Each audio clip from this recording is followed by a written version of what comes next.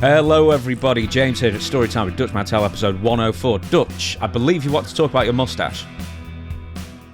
What did you say about my mustache? Well, yes, you in the 5 minutes before we started this, you've brought up how great your mustache is looking today.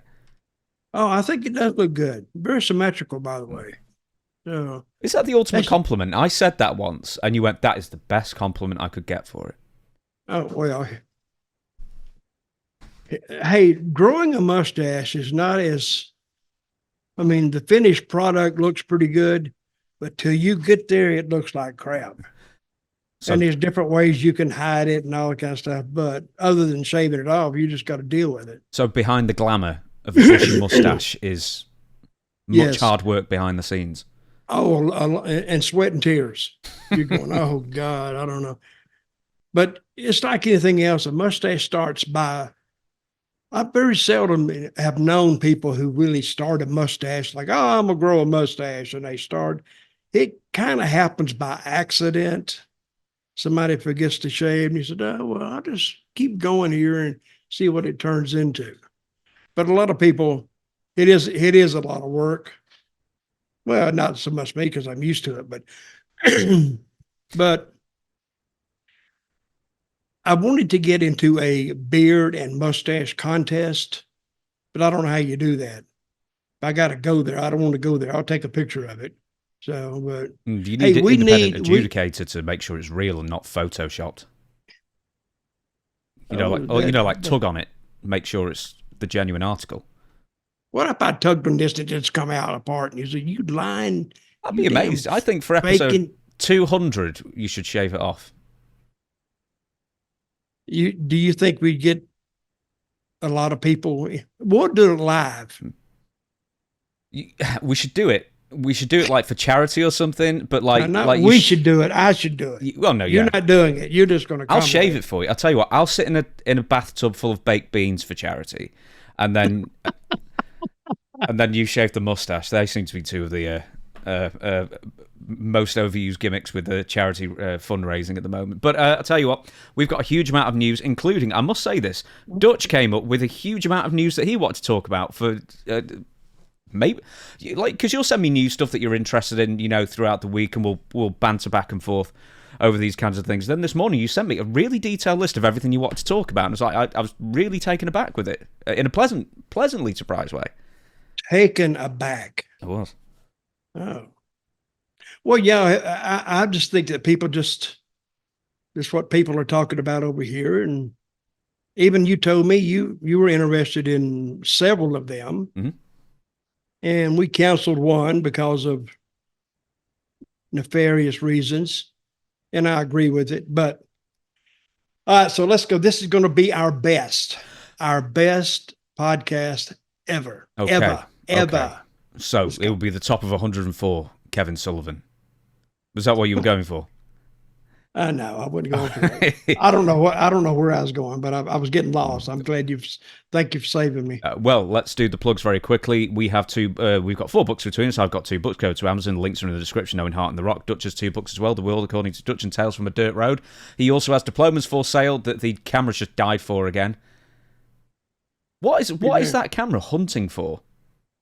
I don't know. It saw something on that diploma that it absolutely wanted to focus on. While you deal with your camera, Dutch, then I will continue with the plugs. You go to dirtydutchmantell with 2 L's at gmail.com to request signed stuff like diplomas and books and the like. We are also on Pro Wrestling Tees. Links are in the description, of course, and Facebook as well. Storytime with Dutch Mantell Facebook, where we post exclusive stuff and various pictures and various things of amusement to myself and my editor, Chris.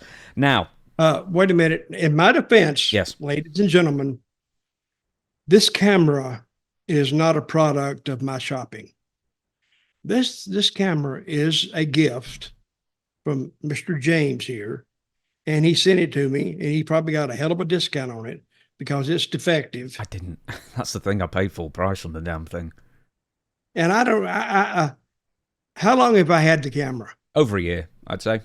I think more than that. Yeah, it definitely is, because I did my taxes, right? And then I have to put all my expenses down for the year. And that camera didn't come up in it. So I got it at least before April 2023. Okay. Yeah, I was thinking about it. It was more than a year, but I appreciated it. And it's a great camera. It just goes everywhere. You just got to watch. It's got a mind of its own. You know So, how many times we get emails saying, "Well, if you just want to fix the camera, here's what you do." Look, we tried that. Dutch tried to download the software to cut off the motion detection thing, right? And yes. for whatever reason, the software wouldn't download on his laptop, so we're stuck with it. So anyway, before we get into wrestling, and obviously this is a wrestling podcast, and we're going to avoid the politics and everything that's going on in. Although this is political too, in a sense, you want to talk about Caitlyn Connor. I trust me, we are going to be talking Caitlyn a lot of Clark. I'm sorry, I wrote Clark. I just made up a name. So the lady basketballist who is making waves in the WNBA at the moment. And trust me, we will get to wrestling. Don't worry. We've got a couple of things that Dutch wants to talk about, and I'm interested in your take. And you said that Caitlyn Clark was turned down for the women's Olympic team. Yes, she was. I don't know why, but the Olympic team, according listening to, now this is not wrestling related, but it kind of is because Caitlyn Clark, she set the women's basketball world on fire the last couple of years because can you just off the top of your head name a women's basketball fan? I can't. And I'm not one myself because I don't watch it because it's nothing for me to watch. I don't get it. But this Caitlyn Clark, she scored so many points. She was such a good 3-point shooter. I mean, she looked like, I don't know, she was great. But when they took her to the and she won a national championship, and she played for Iowa Hawkeyes, I think. Those Iowa teams messed me up. And they played LSU. That was a strong women's basketball school. And had a hell of a rating for it. Now, if you took college basketball now, and even let's go their attendance. Say you got an 18,000 seat arena and the women's basketball team plays there, you might put 3,500 people in it. Of course, it looks empty. But Caitlyn Clark all of a sudden came along and they sold it out. That doesn't happen just magically. It happens for a reason. People wanted to see this girl play basketball. And what she has done, she has got a lot of eyeballs on the WNBA, and that benefits everybody. That it benefits the team, that it benefits the fans, and it benefits the players. Caitlyn Clark, as celebrated as she was coming out of college, you know what the base pay for first year player in the WNBA is? Can't be much, can it? No, it's like 70 grand. And I don't know how many games they play, 40 or 50 games. They don't play the schedule like the regular men's NBA, but that's not a lot of money. I can give the exact amount of money. In fact, for picks number 1 through 4, the base salary for their debut year is $76,535, and for 5 to 8 picks, slightly lower, a few grand lower than that. Yeah. So if they would sign with the WNBA, they're signing for the love of the game. They're not signing for they're making all that money. But Caitlyn Clark, she still made the rookie scale, but she signed a huge sponsor contract. It's worth something like 25 million, 27 million or something. 28 million with Nike. Yeah, with Nike. Okay. So, but now there's a lot of jealousy amongst the girls. They don't want her they want these other girls. They want everybody talking about the league, but everybody else wants to talk about Caitlyn Clark. Well, you have to talk about Caitlyn Clark because they've never sold out. Some of these teams have never sold out a game, and all of a sudden Caitlyn Clark comes and they sell out. That doesn't happen by accident. But anyway, I'm following it fairly closely. They had a big riff a week or so ago when she got hip checked by this big old girl and knocked her flat. And people are saying, "Oh, she took that bump on purpose." No, she didn't take it on purpose, because you don't flop around when you got a contract worth $27 million. You don't take a bump like that on purpose for no reason, and you could get hurt doing that. So I'm gonna keep my eyes on Caitlyn Clark. I wish her a lot of luck, and we'll see where this story goes. Well, the whole thing, the part of the story about that video, because I actually saw it. It was part of like a clip on Real Time with Bill Maher. And Bill Maher makes a great point. One of the other women on her team, after Caitlyn Clark's knocked out, just saunters over and, picks her up kind of thing. If that was men, and this is Bill Maher making this point, and he's absolutely right, if this was men, they would be piling onto the opposing team and whoever knocked Caitlyn over and get in their face or start a shoving match or something like that and actually defend, sort of like rough house back kind of thing, where it even seems like the girls on her own team are a bit sick of all the attention she's getting. Well, they can't see the what is it? I mean, she's doing all of them good. She really is, because she's bringing. Do you think I would watch WNBA ever? I mean, I'm not a fan. But if she's playing, yeah, I'll watch it, because and I don't know how that transfers to the total TV picture, but she is getting eyeballs on that product. And remember, we were talking before we went on today. Some of those WNBA players they live in Gaga land. They were saying a year or so ago they wanted to be paid like the NBA players were, and even the NBA players laughed at them. Say, well, when you start drawing ratings like we draw and creating money that we create, then you can get paid. But until you do that, it's a merit system. And they make $76,000 a year is the base scale for a rookie. But Caitlyn Clark just went around that and had Nike offer that big contract, so she's set up for life now. The thing is right, a rising tide raises all ships, right? But it seems that people on her own team are ready to sabotage that over jealousy.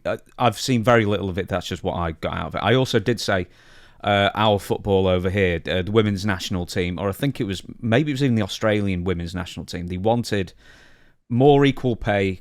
I said this to you before as well, commensurate pay, equal to what the men draw as far as a percentage. Look, if they draw so many percent, then we deserve a percentage of whatever of we draw. And if that was indeed the case, then the women's footballers would have to take a pay cut, which they didn't realise at the time. But see, the NBA, they actually fund the WNBA. They pay the bills because they don't make enough to pay it themselves. They don't draw enough. So whoever say the Indiana Fever that Caitlyn Clark plays on, I think the Indianapolis team, I don't even know what they're called now, but they're a subsidiary. They're a farm system of the men's league, and they pay the bills.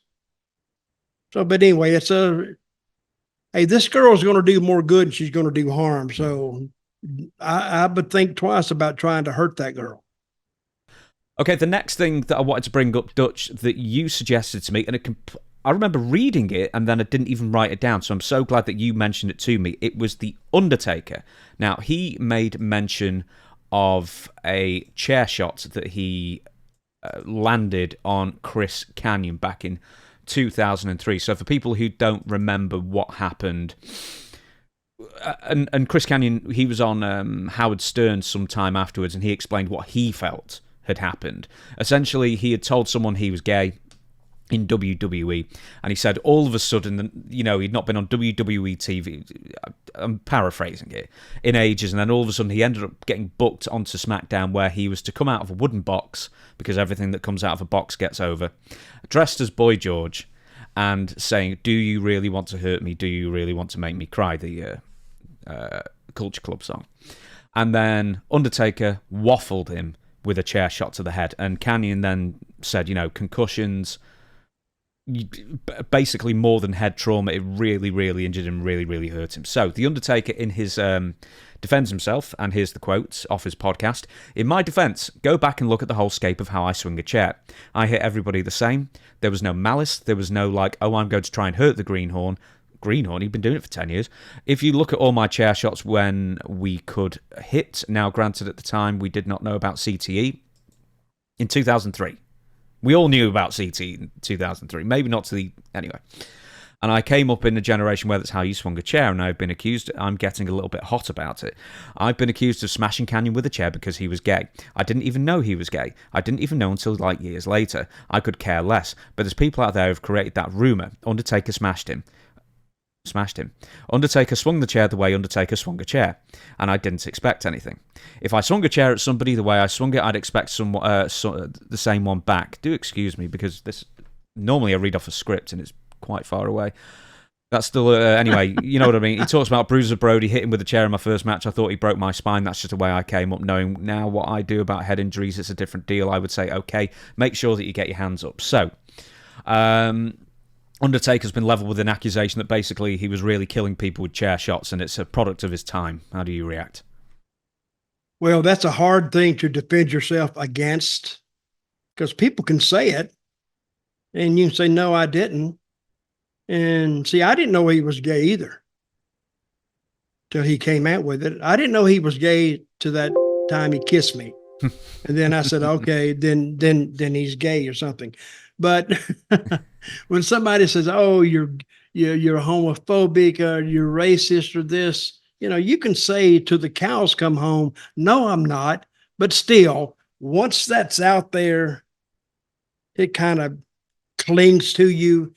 And knowing Mark, because I knew him when he got in, no, he doesn't harbor any hatred or any animosity toward gay people or black people or anybody really, because I think he lives by my little line, stay in your lane, and whatever somebody does, that's their business. He did break in when you threw a chair, you threw a chair. And if somebody said, "Well, are you going to throw it hard?" You said, "No, I'm going to throw it." You always put your hands up. Always. I had a guy said, "Don't put your hands up." I said, "Bullshit. I'm putting my hands up, legs, knees, feet, everything else. You're not taking my head off." Because wrestlers live, and I've said this before, under the doctor's rule, cause no harm. But if somebody's coming after me with a chair, even though I think they're going to pull it, my hands are still going up. And the hardest I ever got hit was by Tommy Dreamer. He hit me so hard one time, I swear, even my hands were up. I even cut my hand. So and then I picked up a chair and I whoppled the hell out of him. And you know what he said? Nothing. I think he kind of liked it. I said, "Well, hell, I could get killed out here with these guys." That's that ECW, the way they work. Well, that brings up a question then. So you broke in. I mean, really, we sort of worked out that you broke in at about 69, just before you got drafted, and then I broke in about independent. Yeah, you did like little independents, but then you broke in like to the more professional ranks, like 72. Yeah. So when you broke in then, was there any of this 90s style, don't put your hands up or else you're a pussy kind of thing? No. I thought that was common sense. I don't know. But chair uses, when I broke in, it wasn't that prevalent. I mean, you might see it every now and then. To use a chair then was like new, kind of. Not new, but I mean, when you used a chair, and we didn't use, and tables, forget it. A table you're supposed to eat off of. We damn sure didn't go through them. Plus, promoters were too cheap to buy a table because once you go through them, you can't use it for nothing else. But in defense of Undertaker, I agree with him. You know, if Mr. Kanyon got hurt because of that chair, it wasn't intentional. It was an accident because Mark, he can be as light as a feather, or he can lay on you a little bit if you lay on him.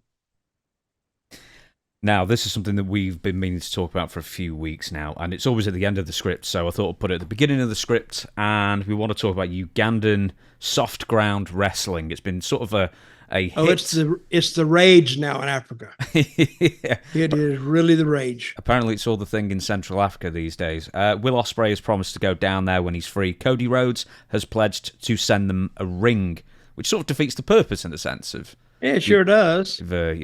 Soft ground wrestling. Anyway, I sent you a video of this, and I'm sure you've seen bits of it on social media as well. So give us your opinion. Well, I enjoyed seeing it, to tell you the truth. If you take guys, and if you haven't seen it, what's the name of it? Ugandan Soft Ground Wrestling? Yeah. Is it soft ground? Well, it's almost like churned up soil, isn't it? So, yeah. Yeah, it is. But I'm watching it, and it's just like some poles in like a little open field here, and they had some ropes, and the floor is just dirt. But to see these guys get out there, and some of their moves weren't bad. You know, for somebody to get in a ring, or even a dirt ring, and do that stuff and fall on their back. And I mean, they have to really enjoy what they're doing and have to be really, really hardcore fans of wrestling. So the part I saw, I saw the two guys, Mansoor, is that his name? Mansoor? Yeah. And I forgot the other guy's name. Mason Mansoor? I don't know who that is. We remember Mansoor anyway. But they were the maximum male models. Yeah. And they had gone down there to hold a little clinic for these guys, and everybody really appreciated it. And they got in there and they worked for these guys, and it was actually a good thing to see, because I like to see wrestlers, if somebody has a true love for this business, as these African kids do. Well, I don't know what got them down there, but you say Cody Rhodes said he's going to send them a ring. Mm-hmm. A wrestling ring, not like a wedding ring. Yeah. And who else was going down there? Did you say? Will Ospreay said he'll go down there. We'll bring up Will Ospreay, and it's traveling straight after this, in fact. But so Will Ospreay's pledged to go down there when he can as well. So, but I saw some of the stuff they did, and actually the guys I saw in the ring were naturals anyway. I mean, I guess you'd have to learn a little bit differently in a dirt ring than you would a wrestling ring. I don't know, but interesting piece. So if you haven't seen it and you want to see it, just look for it, I guess. And where did you find it? Oh, it's been on social media quite a lot, but it is on YouTube as well. So Ugandan Soft Ground Wrestling, so give them a watch and everything. I was thinking when I was watching it, it's exactly what Rip Rogers... I mean, they can't learn any other way, because there's no trainers, I'm sure, in Uganda. But as Rip Rogers says, as seen on TV. And you can just, they see a move and then they work it out 10 times, and they sort of like string together a match in that sense. So there's a charm to it. It's a different style of backyard wrestling. Well, I would actually like to see a match between two of those guys, just to see how they would piece it together. If it could even be pieced together. Sometimes you don't even see nothing. I've seen matches that guys, this is independent matches when I started, they don't talk going in a ring, and it is what it is. And it is what it was. So matches sometimes will be complete on horror show. And sometimes they'd be pretty decent. But that's for me looking at it. Now, the fans, if a match can be horrible, but if the fans like it, is it really horrible? Are the paying customers liking it? So that's your judge if the fans in attendance accept it. So I would be interested in seeing this Ugandan Soft Ground Wrestling. You know, when I was in high school's different here. We start at 11. And as soon as we got into high school, that's when like wrestling really exploded and everyone was into it. This was like 98. And I always ended up being the guinea pig as the idiot who would take all the power bombs onto the field and choke slams and stuff like that by all these 11, 12, 13-year-old kids who didn't know how to even like drop you properly. Is it a wonder, Dutch, that I've had far more concussions than maybe the average person has, especially for a non-wrestler? So you got out on the field and took a power bomb on the ground? Oh, yeah. On grass, but, you know, at least these guys are churning up the soil and, you know, it's softer landing. But, man, yeah, I used to be thrown about all the time. Well, it hurt, though, right?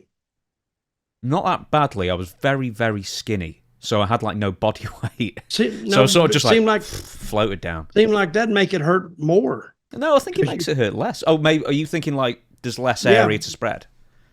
The impact. Well, that's what a lot of guys that have to learn in wrestling when they get in. When you take a bump, you spread it out. Don't take it on your hip. Don't take it on your shoulder. Take it flat and spread the impact out. That's the best way to avoid getting hurt. If you take it on your shoulder, well, that's got a point. It can all center there, and you could actually break your shoulder, break your hip. You can do a lot of things. Yeah, and it's a wonder more people don't die in wrestling, just trying to learn, because they see all these moves. Oh, I can do that. I can do that. Okay, get in there and do it. You know, that's happened. You know, Great Khali, when he was training, he I don't know what he was doing. He dropped some kid wrong, killed him. Yep, I heard that. So we shall move on. I made mention of Will Ospreay before, saying he was going to go down to Ugandan Soft Ground Wrestling, but I'm not sure he's going to anytime soon because he wants to now take a break from his quote-unquote hectic schedule. Fightful Select reports that Will Ospreay has been given the week off following his recent schedule, which includes appearance at Double or Nothing, Dynamite and Collision last week. He is expected to return to action next week once again. We're told Will Ospreay has the week off this week. Have I just copied and pasted that twice? Anyway, whatever. So, Ospreay recently said himself the following: I've been feeling sick and I don't know whether it's like anxiety or maybe it's just exhaustion from travelling back and forth so much. It's the grind. The grind. That will be coming up soon. But that's a real thing. Every single week I get on a flight from London, Heathrow, and I go to whatever state that I'm required to go to in America. But like I've been feeling sick, like in all of my matches, like even the one against Cesaro, at one point I generally thought I was going to throw up in the ring. So, the grind, Will Ospreay. Now, as somebody, Dutch, who knows what the grind is all about, how do you react to it? Well, here's a guy who's making $1 million a year, they say, 7 figures. So, and he's flying first class from London to wherever he flies to. Now, granted, the air travel is a lot, but he's making big money, and he's not going to do this the rest of his life. And, it's wearing him out. And, brother, that is nothing compared. And I'm not sounding like an old, grumpy old timer, but the road used to beat the hell out of you. And you worked in Mid-South, in Oklahoma, Texas, Arkansas, that area. You did at least 2,500 miles and sometimes more miles a week. You was doing like at least 300 or 400 miles a day. That's going and coming back. And that's the grind. And I don't think Will Ospreay, and we weren't making anywhere close to $1 million either. So, and that's when you get hurt. You're tired. Actually, you can ride so much you can start hurting just by riding. And then if you don't stretch before you go in the ring, you're gonna have an issue. You're gonna get hurt. So that's what we used to have to suffer through. But guys didn't bitch and moan about it. They said, "Yeah, damn, I hate to go today." That was every day. Oh, I hate to get in the car. I hate to do this. Because we didn't fly ever. Not back in those days. It was every day you either drove your car or you rode with somebody who drove their car or rented a car. And that's how the business was. So I have no sympathy for Mr. What's his name? Ospreay. Mr. Ospreay. Because if he wants to, and probably Triple H was right about him. He's probably not ready for the grind, certainly, but the grind now is still nothing like it used to be. It's a lot better for the talent now than it used to be because it couldn't get any worse. It really couldn't. One time in WCW, this is when I go into a story, and I told you this before. Mm-hmm. I worked 64 straight days on the road without going home. 64. And I went, my God. And that's when they were running 7 days a week. And some Sundays and some Saturdays were double headers. So that would mean I was working like, I don't know, actual matches 12 or 13 times a week. And plus in Mid-South, doing 25 to 3,000 miles a week. Anything under 2,500 was a short week. It really was. With in the Zeb Coulter run, WWE, how many days a week would you be home?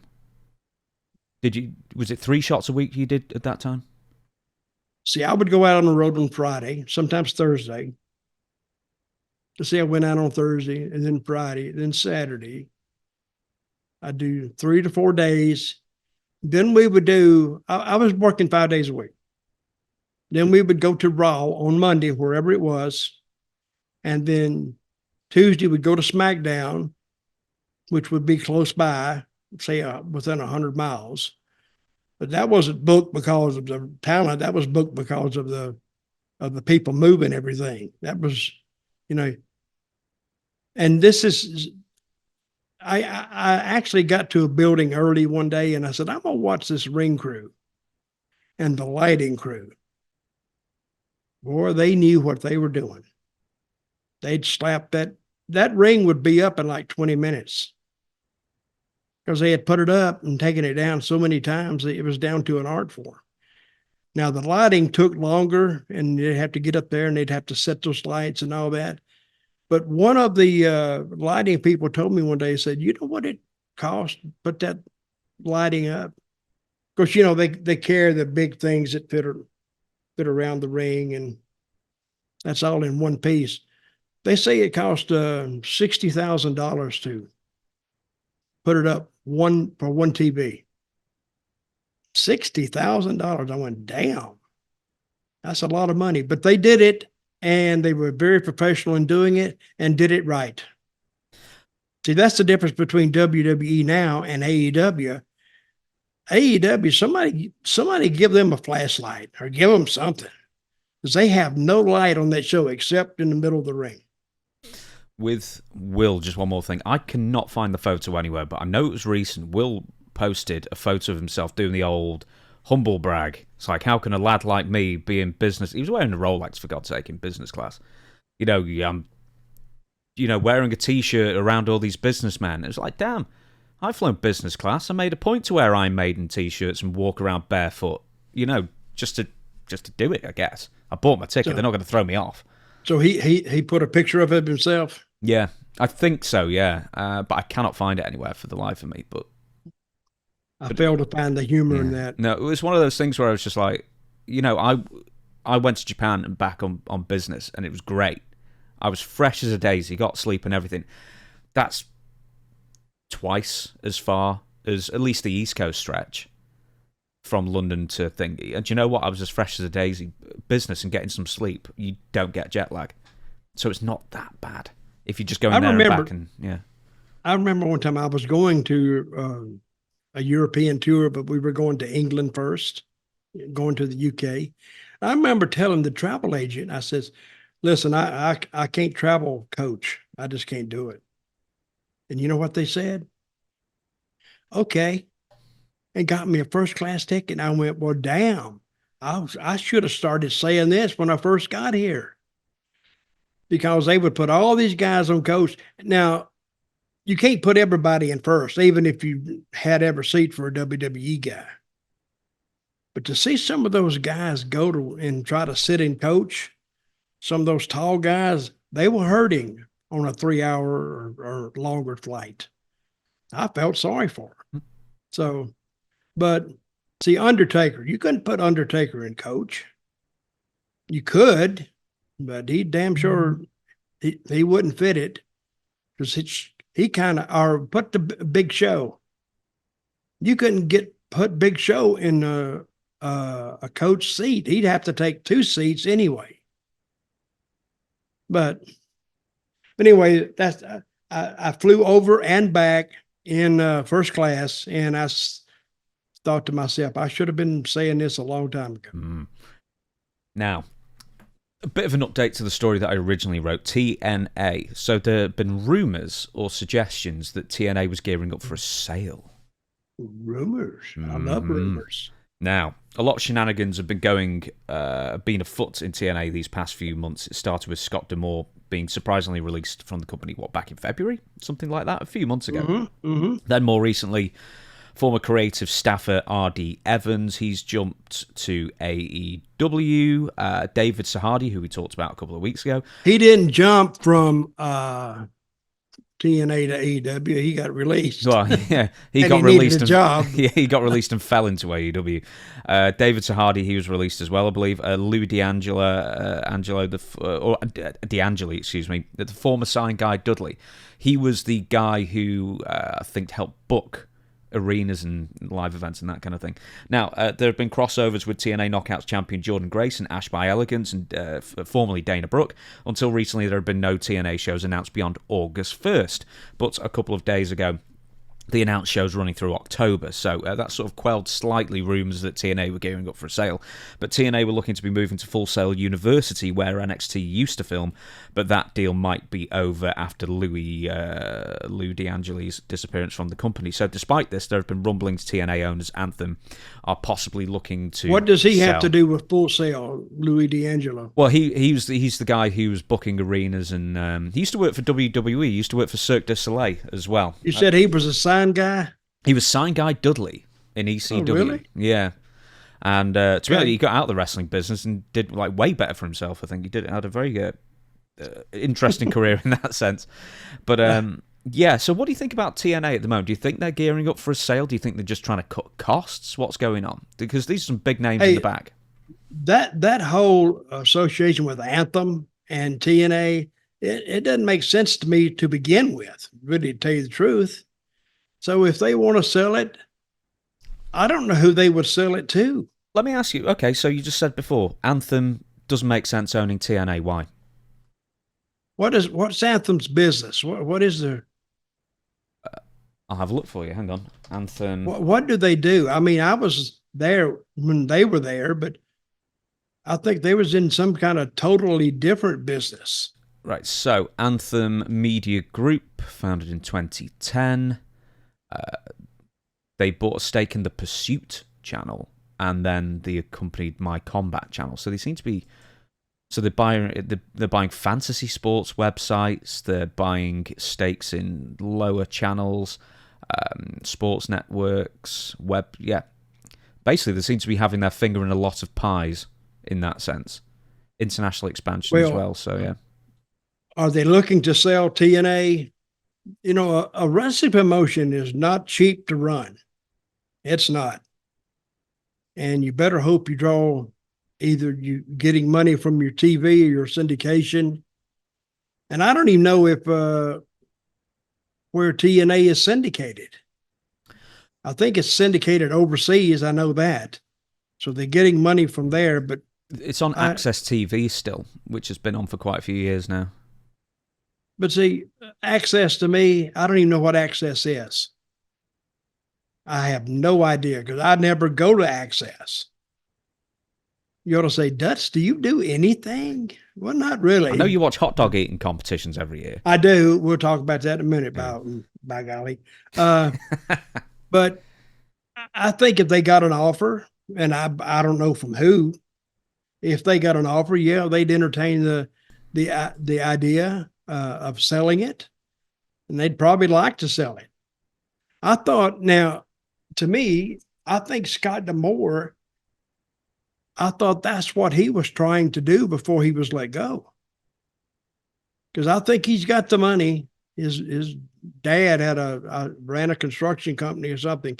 So he has money. He has our access to money. Let me say this. He may not use his own money, but he was wanting to buy it. And I think what he wanted to buy was take it to Canada, almost exclusively to Canada. So I don't know if that would support it or not.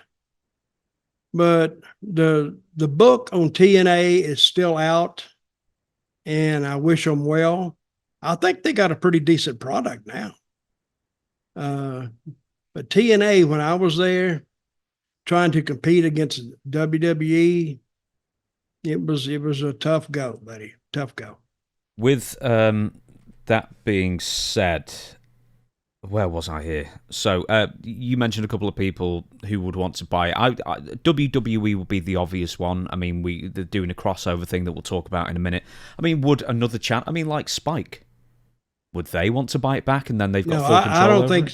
I don't think Spike wants anything to do with wrestling, because they didn't much like it when we were on Spike before.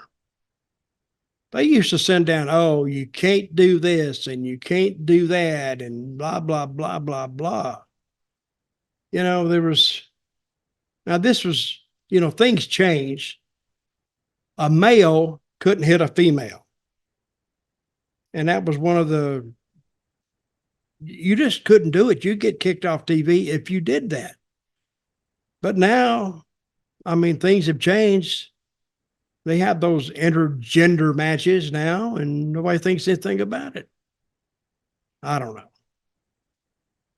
Right, so I know this isn't Ask Dutch anything, but this was relevant to this subject. So Emily wrote and said, "Hi Dutch, big fan of the podcast. I was wondering what your opinion was on the TNA Knockouts champion, Jordynne Grace, appearing on NXT and the new partnership between WWE and TNA." Well, I don't know about the partnership. I think they may have that forbidden door. They brought that Jordynne Grace over.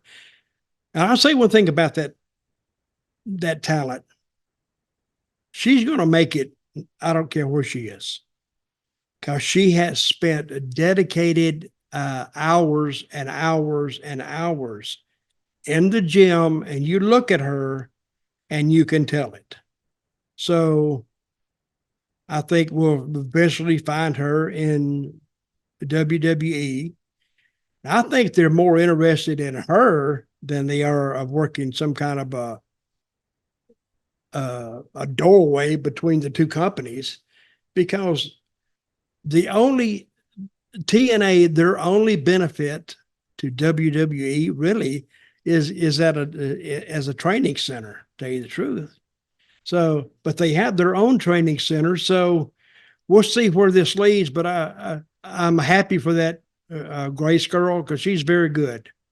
And you can look at her and see that she's if she goes to WWE, she's going to be a star. Well, you're probably right there. I mean, the other thing of value TNA has is the videotape library as well, of course. I mean, they've got 20 years worth of stuff. But that's the only thing. So even when they took over WCW, they paid pennies for that thing. I think they only paid $3 or $4 million for it. 2.5 and then 1.8 or so for legal fees. And That's basically they're going to get the library is the only thing they wanted. Then they brought some guys up, and I was there when they brought them up. And I remember when the two companies were still in existence, if you brought somebody to TNA, let me say this, that had worked in WWE before, and you wanted them to do something, they would look at it through two lenses. One is, how is it going to help them in TNA? But the second one, which was really outshone the first one, was, how's Vince going to take this? Because he's going to be watching the shows. And if I do something stupid or get beat or something like that, that could hurt me in going back to WWE, because they knew how fickle Vince was. And they had a point. They really did. But it's hard to do business when they're looking at it through two lenses. Just to add on something you mentioned before as a training ground, I believe Pro Wrestling Noah in Japan is also going to be announcing a link with an official working partnership with WWE soon as well. Very quickly on Jordynne Grace, just before we leave her. Have you actually worked with Jordynne? Or are you just an admirer from afar? Yes, I am. I've never met the girl. We shall move on then to WWE stuff. Randy Orton says he's glad Vince McMahon is gone. We've got a couple of Vince things coming up. So, this was to Bill Apter, in fact. Vince McMahon, he had Raw on Monday Night Live. He doesn't care if you had kids. I came to him when I was 35 and my back really started going, and I pleaded with him like, man, I got to not do as many shows, maybe do half the tour and be able to recover. And he just looked at me and was like, oh, I need you on these shows, Randy. Mother Nature gets us all. And to hear that and go, okay, well, I guess there's not no other thing I can do other than just wear myself out to the nub until I can't walk anymore for this man. And all of the opportunities he gave me, it's nice having him out of there, and it's nice having his son-in-law Triple H running the game. Nick Khan's great. Everybody at TKO that's come in and stepped in, they seem to get it, and it's just a different era. I think the way that they care for talent nowadays and make sure that talent's good, and if they need a little bit of a break, we're only human, they get it most of the time. So, pretty bold statement decrying Vince's, and quite frankly, a lot of promoters' belief that essentially you need to run a wrestler into the ground and then shoot them in the head once they're done. They all believed that. And years ago, Bill Watts, we just got through talking about how long the trips were in Mid-South territory. He didn't give a crap. He said, well, hell, if you want a job, you're going to do it. If we need you there, I don't care if it's 500 miles between the town. I'm not flying you, so figure out how you're going to get there. So you'd have to, well, 500, that'd be a extraordinary shot, but 300 was normal.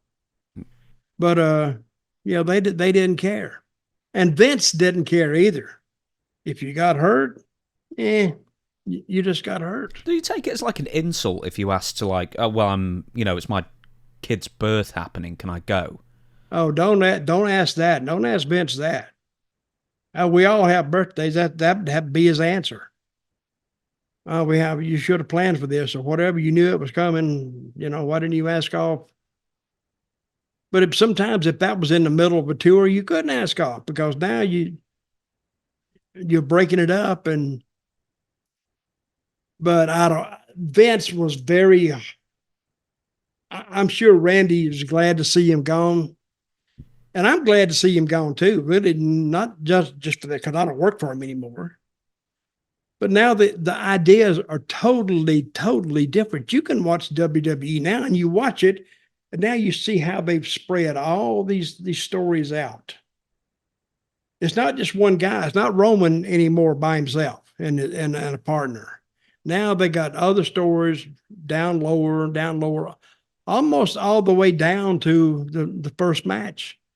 Because every match has a little bit of an edge on it that means something. Is that how you booked back in the day? Because I've heard two different versions of this as far as booking. Is like you only really give stories to, let's say, the top half of the card because if everybody has a story, then it gets lost in the shuffle. But then there's like a Vince Russo thing where he would actually try, whether it worked or not, he would try and give everybody something to do. Where do you rest on that booking theory? Well, I like to give everybody a story if they can handle it. Some guys are too green to carry a story, but they can wrestle. So put them out there and have them wrestle their butts off, and then when they get more experience, then you can give them a story. Say Puerto Rico, I just had angles in the top 3 matches but they were in depth. I could spend more time on them. The first match, second match, third match, I just wanted a winner. Go out there, give me a hell of a match, is what I would tell them. And you go over or you go over. And if it was the heel going over, guess what? Would the heel cheat to beat him? No, he just beat him. So the fans are sitting there. They get a finish. And it's not pull a gimmick out and hit the guy and the referee don't see it. That's the cheapest way to do it, because then the fans feel cheated, I think. So, and I used a lot of green talent, starting out talent. So they weren't experienced enough to do a lot of stuff. So I just called it as straight as I could, because I didn't need it really anyway. Because when you start trying to call like layered finishes or layered storylines with green talent, you can't do it. It's going to get messed up. So if you know that beforehand, don't even start it. We've talked about this before, right? So, and you know this very well. At some point, Vince McMahon didn't want to focus on a Steve Austin or a Hulk Hogan as the star, because then they have too much power and then they can make concessions and demands in their favor. Vince always wanted WWE, the brand, to be the star, and whoever shows up, shows up. With that in mind, what would be the problem in giving someone a day off or a week off? Because if Randy Orton doesn't turn up into one town, then it's not that big of a deal, because they don't. I mean, I'm sure they promote some cards in advance and stuff like that. But if someone's not there, they're not there, and WWE's the star, and we'll catch you again next time. Well, Vince did not like substitutions. I know that.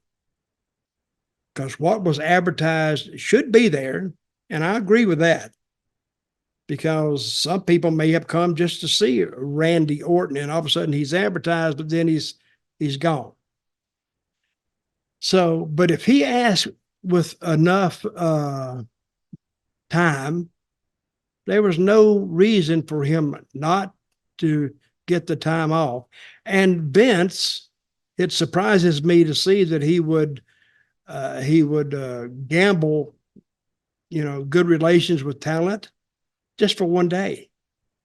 So I'm saying, and he was a butthole. He was an asshole. So but I've seen people get hurt, and I've seen he'd be advertised, and all of a sudden they announce at the beginning of the show, ladies and gentlemen, we're not happy to announce that so-and-so will not be here tonight. You're going to get some booze right away. And then you tell them why, and taking their place will be so-and-so. And you just get through it like that. It's not the end of the world. I mean, Randy Orton, if he was the main event, it'd be something else. But I guess he was the main event back in those days, right? Mm-hmm.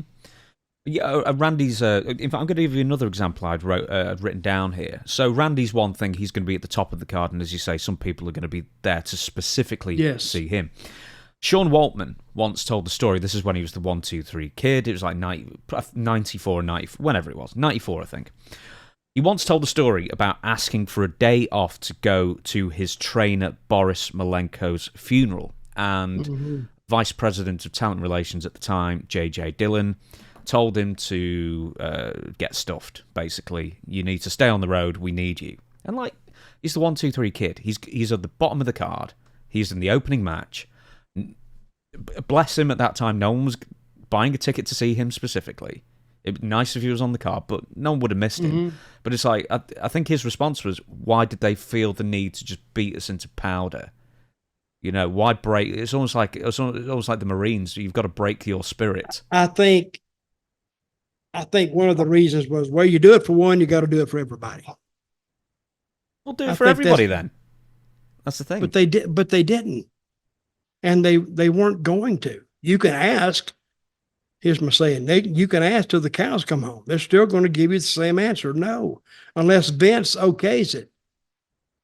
Now, and I agree with Randy Orton. I'm glad that a guy like Vince that has power like that, because a child's birthday or a funeral, they don't, I mean, a child's birthday comes around every year, but maybe the guy will be working somewhere else next year.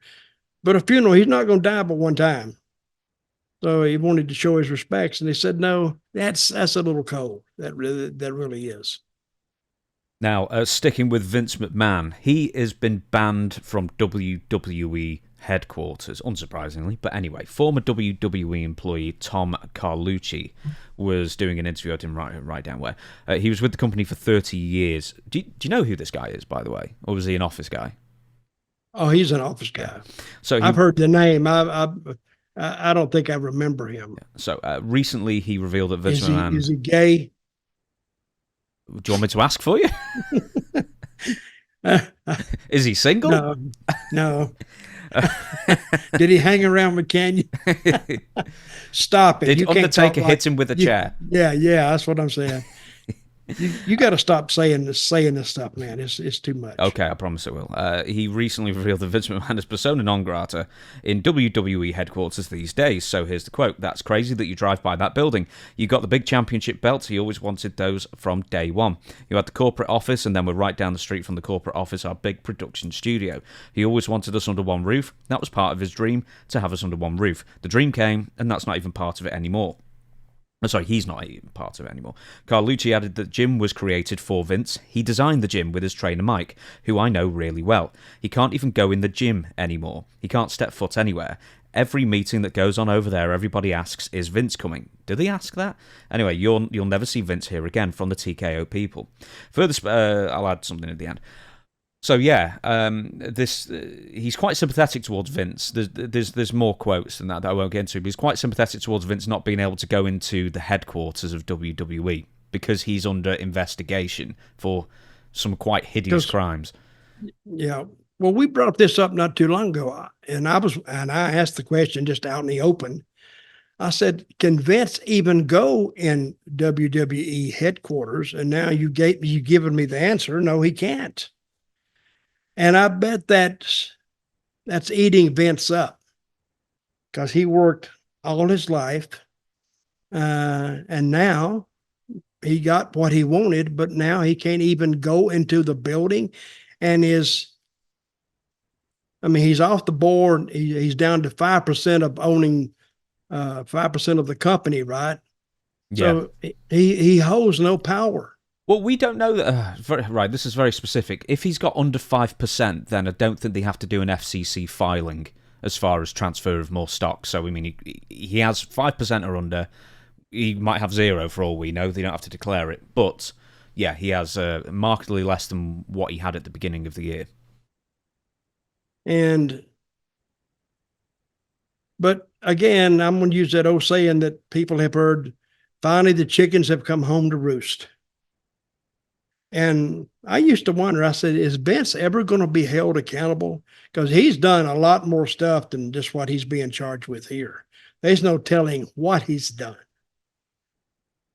Remember, I told you one time that even when I was with Vince, he just gives off with just a weird, to me, maybe not to everybody, but he just gives off a weird vibe. And I didn't enjoy being around him. Or Laurinaitis either. They're just. Were they just inviting you to all these threesomes that they were trying to arrange? I mean, I'd get a weird vibe. Yeah. They never invited me there. Now, I may have a different attitude if they had actually invited me there and give me a couple of beers or something, and I sit back as a spectator and watch. And applaud. So, cheer that's on. Not fun. That's not funny, James. I see. I didn't say anything. Yeah, you're laughing. See, no, but hey, Vince he's a different bird. He really is. So I like with this is like, oh, Vince McMahon, he can't go to his own headquarters because, he's accused of sex trafficking and rape and very many other things. And it's like... defecating on a woman's head. Yeah, shitting on a woman's head. You can't go into his gym he designed. He's a billionaire. Name one billionaire you've ever felt sorry for. Elon Musk.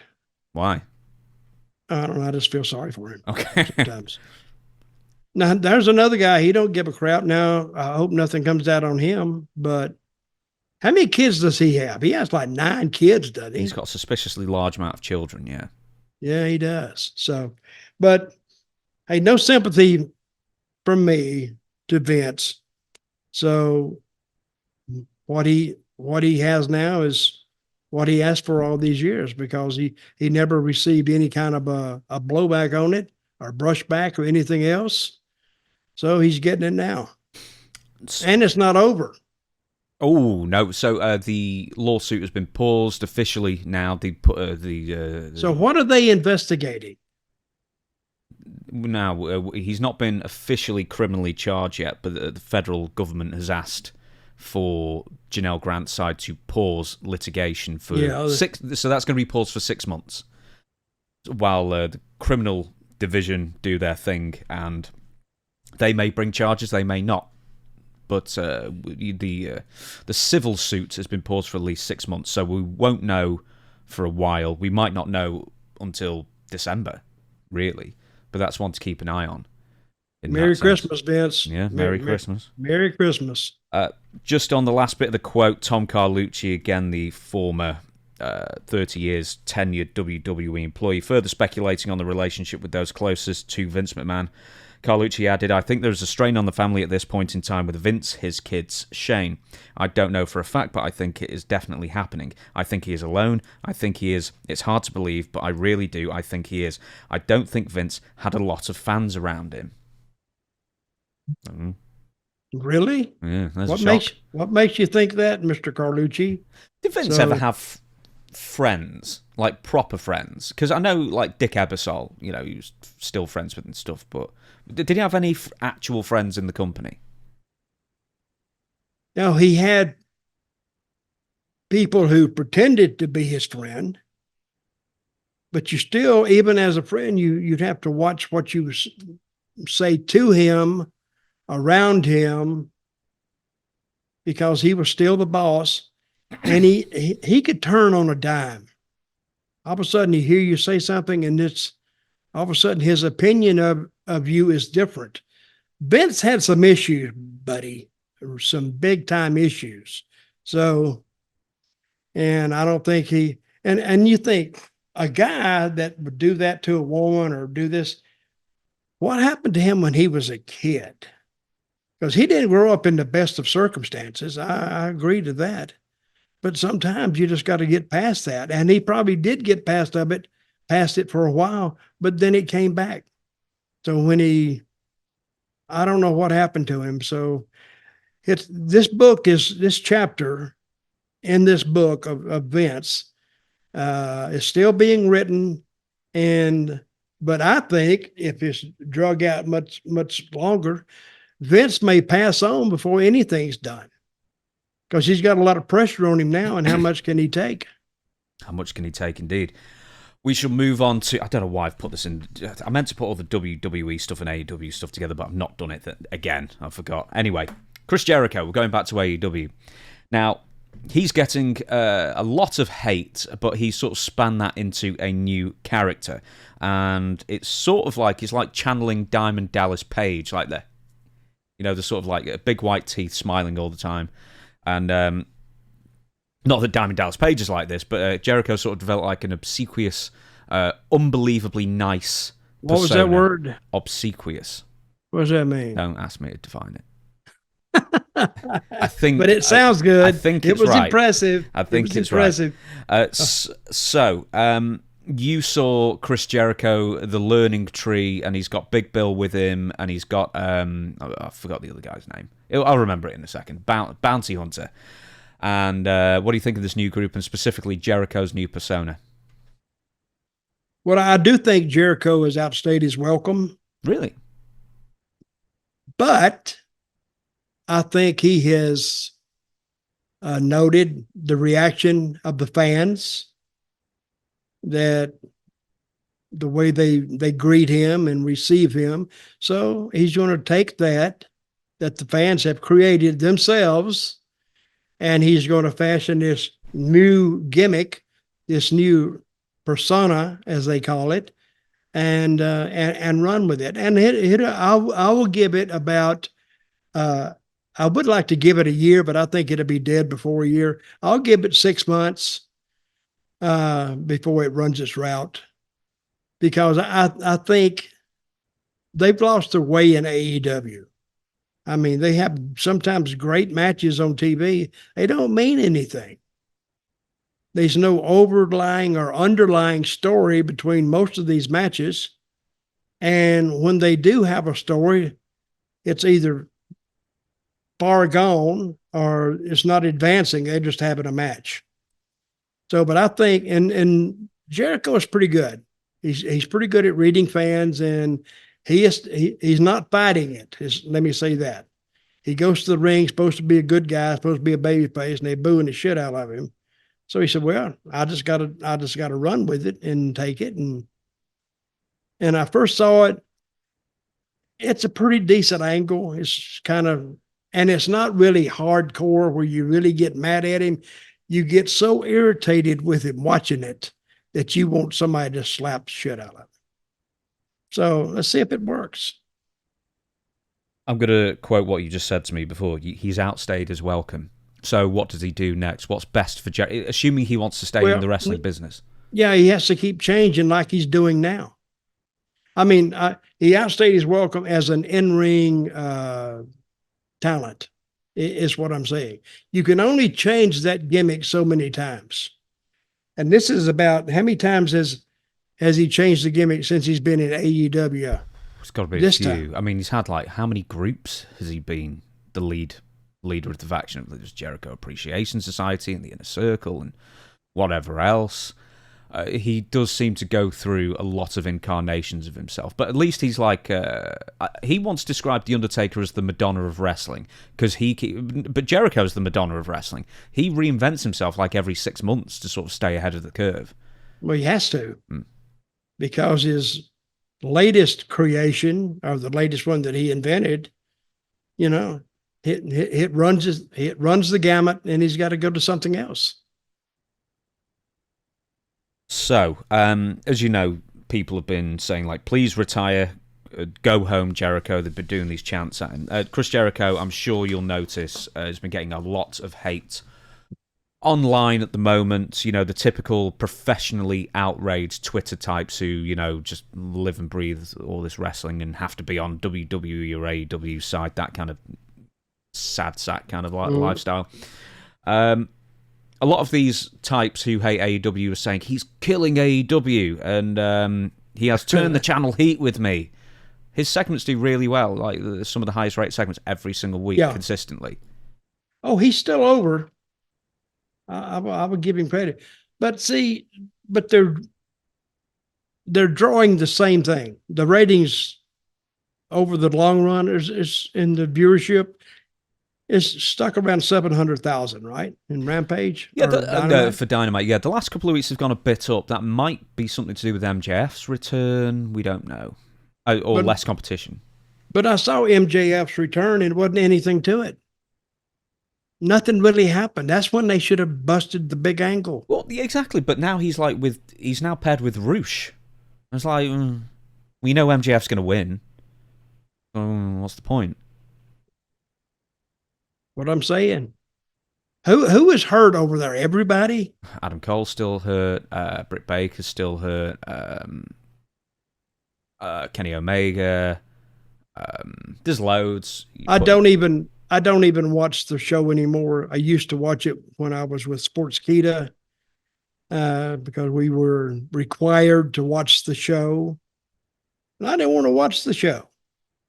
But did you was the same thing every week. It anymore to them, and so I'm not doing it anymore, and they went, okay. Well, let me tell you what Sportskeeda did, because nobody cared. The fans didn't care. So we were talking about something that nobody cared about, and they put up with it for about 6 months, and they said, "Oh, we're not going to do it anymore." Which at least they read the fans correctly. Now, only thing we watch is SmackDown. I want to also bring this up. So I mentioned Twitter before, and like, as I say, the professionally outraged and the tediously dull types who just wanted to stir up controversy, that kind of thing. And I'm sure in their brain, they're influencing people. And I'm sure in Tony Khan's brain, who books for the internet fan, and I imagine probably thinks most people live on the internet. The fact is that if all this internet hatred against Chris Jericho had any mark whatsoever, then people would be purposely tuning out when Jericho's on TV. But since the segments are going up, I think it just proves, even in this day and age, 2024, just how little social media matters in the grand scheme of things. Well, it can matter, but I'm saying by the mere fact that his segments go up in ratings, well, he's telling a story. And let's see where this story is leading us. The rest of AEW, they don't tell a story. I've said this till I'm tired of saying it. You got to tell a story. Otherwise, wrestling is not wrestling. It's like you're watching a mini series, and every week should advance the story and take you somewhere else. Now, they're looking at Jericho's gimmick and his arc. Yeah, he can do anything with this he wants. He's so irritating, you want to slap him. So I don't know where they're going to go with this, but I'm interested to see. And that would be the only reason I would watch AEW, to see what Jericho does with his own gimmick. So he's booking his own gimmick. A lot of guys they don't have that pleasure, or they don't have that right to, because the booker doesn't have enough faith in them, but he has enough faith in Jericho to book his own stuff. So, and I've heard some bookers say, "I can't book myself. I never could book myself." But Jericho apparently doesn't have a problem with it. And if he books his own stuff, he'll book himself getting beat if that's what's right for the story. But I think, how old is Jericho now? 53 or something like that. Okay. And he's a little bit older now, and he's a little bit chunkier. So a t-shirt wouldn't help. It would help a bit. A sleeveless t-shirt. He wore a sleeveless t-shirt, right? Like for a couple of years ago for like a death match, maybe against Kenny Omega, I don't remember. And it like shaved like 15 years off him. Yeah. Should just do that, like the whole Raven thing where he's just got sleeveless t-shirt from now on. I think that would work for him. But so when people see him now, he looks his age, is what I'm saying. But young people, they're looking at him and he's older than they are, so they're not going to identify with him. But he did make the right choice by making himself a heel, because a heel, that's what you want him. You want the people not to like them naturally. And I think if you take new fans and put Jericho in front of them, they won't like him. And it's an entertaining gimmick. Ricochet leaving. We talked about this. We talked about Ricochet a couple of weeks ago, saying it's better served somewhere else. Anyway, it seems that Ricochet, after our last podcast, could well be leaving. Briefly, Tony Khan said something like obviously he wouldn't answer the question. I prefer not to talk about someone who's under contract with somebody else. Anyway, a couple of weeks ago, Will Ospreay had hoped that Ricochet would leave WWE after, quote-unquote, the appalling way he was being booked. So it now seems like that is indeed the case, after Ricochet was hastily booked to lose the WWE Speed title. And we talk about AEW having too many belts. This is the lamest belt since the 24/7 title. Anyway, he lost it to Andrade. And then on Raw this past Monday, Ricochet is helping Ilya Dragunov in the back when Braun Breaker obliterates them both. Lawn darts Ricochet into a production truck, and Ricochet takes a horrible landing. And then Braun Breaker does a power slam onto a car as the show ends. So, you watched it. You watched the finishing story to write Ricochet off TV. What do you think of that? And what do you think of many things, but what do you think of that specifically? Well, I like the way they wrote him off. You know, the people that know, but the people that don't know, that is a way to write him off. And my personal opinion about Ricochet, he does beautiful moves in the ring, beautiful. But after you've seen it, you've seen it. And I was reading something that apparently said, I guess on this show, that he couldn't draw you any money. No, he can't draw you any money because they've never really given him a story.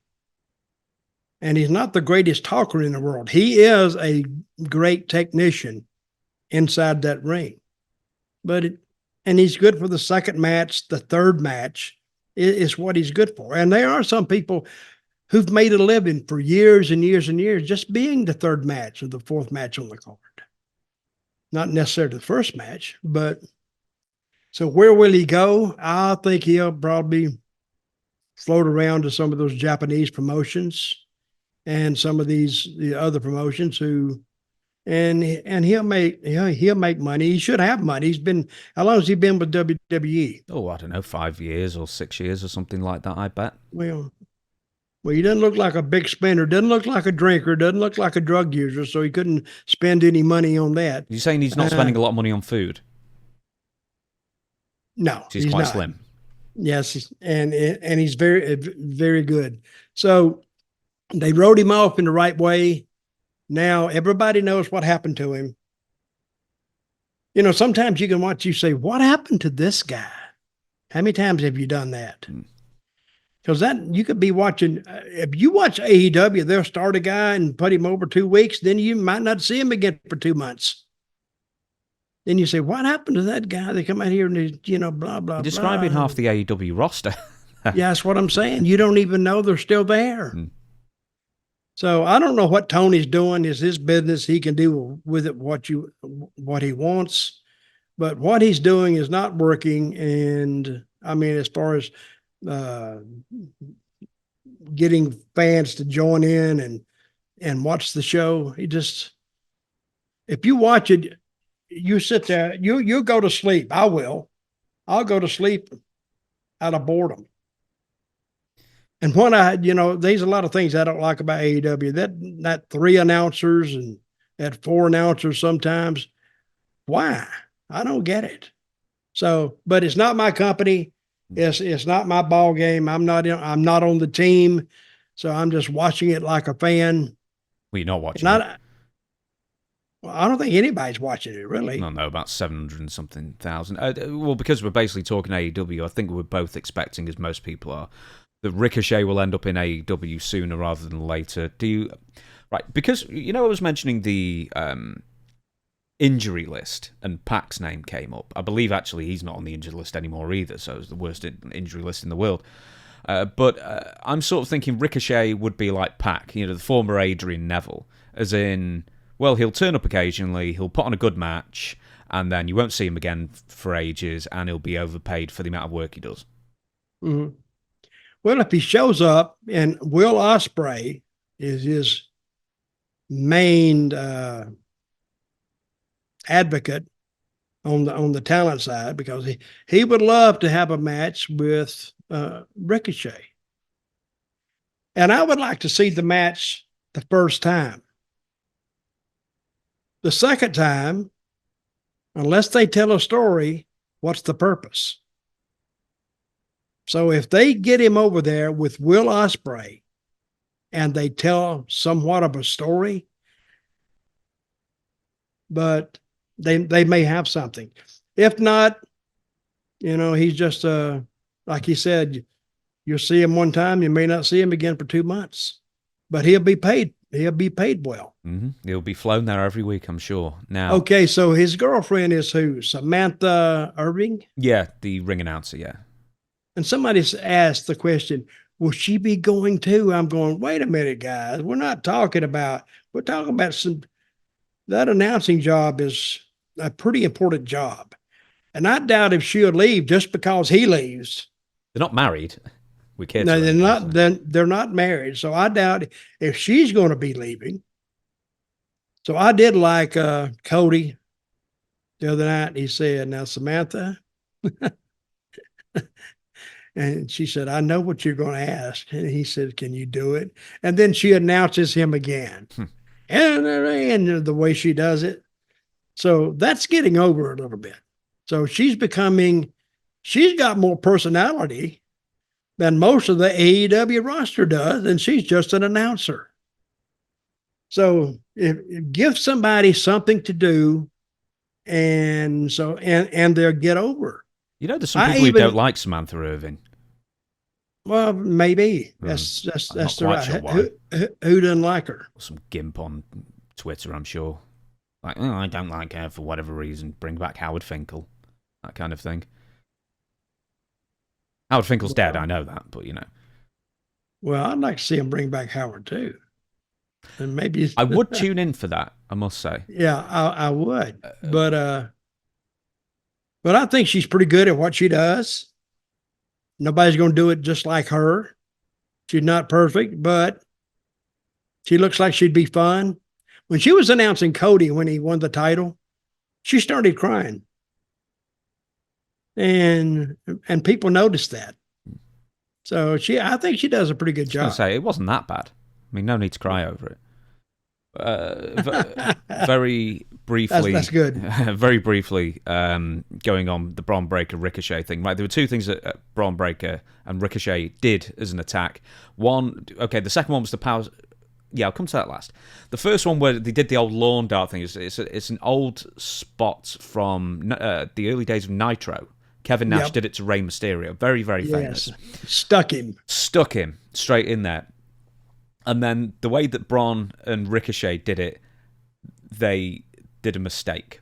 And I don't think too many people have realised it because, like, at the end of it, Ricochet just splats on the concrete. And I heard people go, man, why is he putting in so much effort if he's leaving? But if you look closely, Ricochet's leg or his ankle gets trapped on Braun Breaker's shoulder. And instead of being able to sort of like put both feet down, he tries to put both feet down. He can only put one foot down, and he ends up flipping himself over and landing on the floor, which is a terrible, terrible looking landing. Did you notice this? Or I didn't notice this, but he's lucky he didn't get hurt. Yeah. Well, that's one of the. Well, it could be hurt. He did this, and he did a good job. He's on his way out, but he's still doing his job. That's why I have a lot of respect for him, because usually guys leaving, they're not going to put that effort in because unless they're doing it for a friend. But I don't know Braun Breaker if he's a friend of Ricochet, but they asked him to do it, and he did it to the best of his ability. And I would hate, and he would too, for him to get hurt, and which would maybe delay him going somewhere else. And he could get hurt. It could be probably a long time before he would recover and even be able to take another spot somewhere. There was, of course, at the end, the power slam through the car windscreen, real glass, Crimea River. Mm-hmm. You know, I wonder if CM Punk's upset somewhere watching that at home.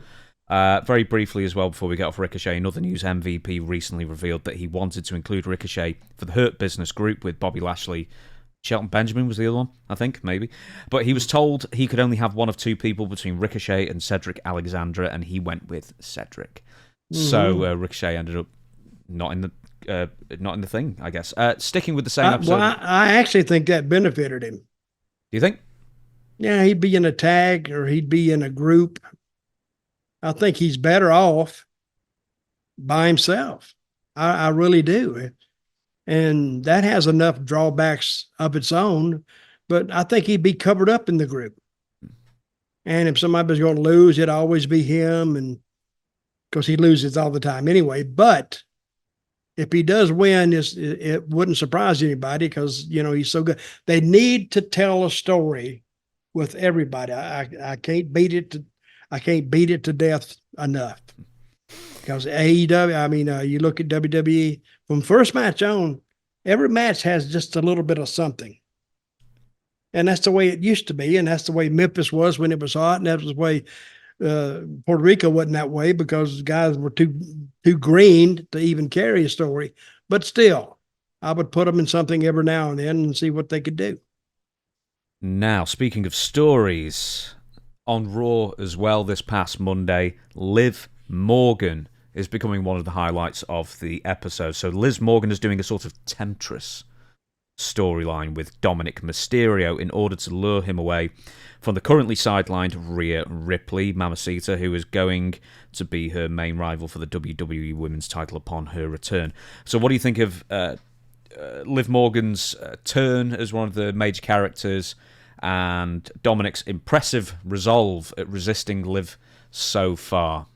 I love the story because it's going to evolve and it will turn.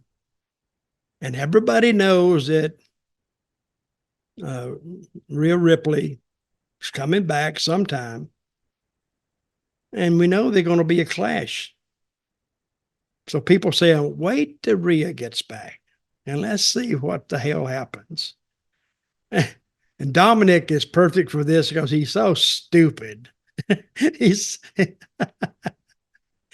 fits the role perfectly, and Liv does too. So this is one of those angles that's fun to watch, fun to do, and love stories always kind of do that. They have that, you have that jealousy in there, and you have all the things in a real life relationship that you can highlight here on this angle. And it's I mean, women like it, men like it too, but this is a women's angle and they're interested in it. So, and it's interested me. So we'll see where they go with it. Liv Morgan's a handsome woman, isn't she? She's perfect for the role, let me tell you. Who's this? Liv Morgan. Oh, it's beautiful. Yeah. And she's single. Really, and I wish they got so many things they could do. Rhea, they could put him in a ring and they say, you make your choice now. Oh God.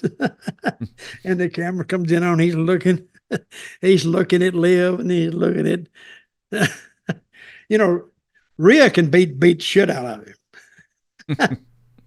And if he picked either one of them, I think if he picked Liv, I think people wouldn't blame him for doing that, to tell you the truth. Where would you book a Dutch Mantell? So you've got the booker's hat on. How would you develop the story to your taste? What do you think would have the maximum impact? Well, I think that would be if he publicly humiliated Rhea, after she got hurt and she came back and he went with Liv. Oh, and all of a sudden that Rhea boy, she started, I'd have her beat the shit out of both of them. And then now she throws him out and then she goes, oh, I'm getting you now. And they're going. And then he comes back in, he does something to her. And they lay her out. And I think that would be biggest bang for the buck. When is she supposed to come back, Rhea Ripley? Ooh, that's a good question. We don't know. I don't think there's been a... So what they're going to do, they're going to stretch the story. Yep, maybe SummerSlam. Let's guess that. So yeah, Rhea doesn't have to come back. I mean, doesn't have to hurry to get back. And they're telling the story in her absence. And I think they do need a little vignette between her and the Dom, the dirty Dom that stole my name, where he reassures her that he loves her and he never loved a woman like her, and where they're still together, but still Liv is trying.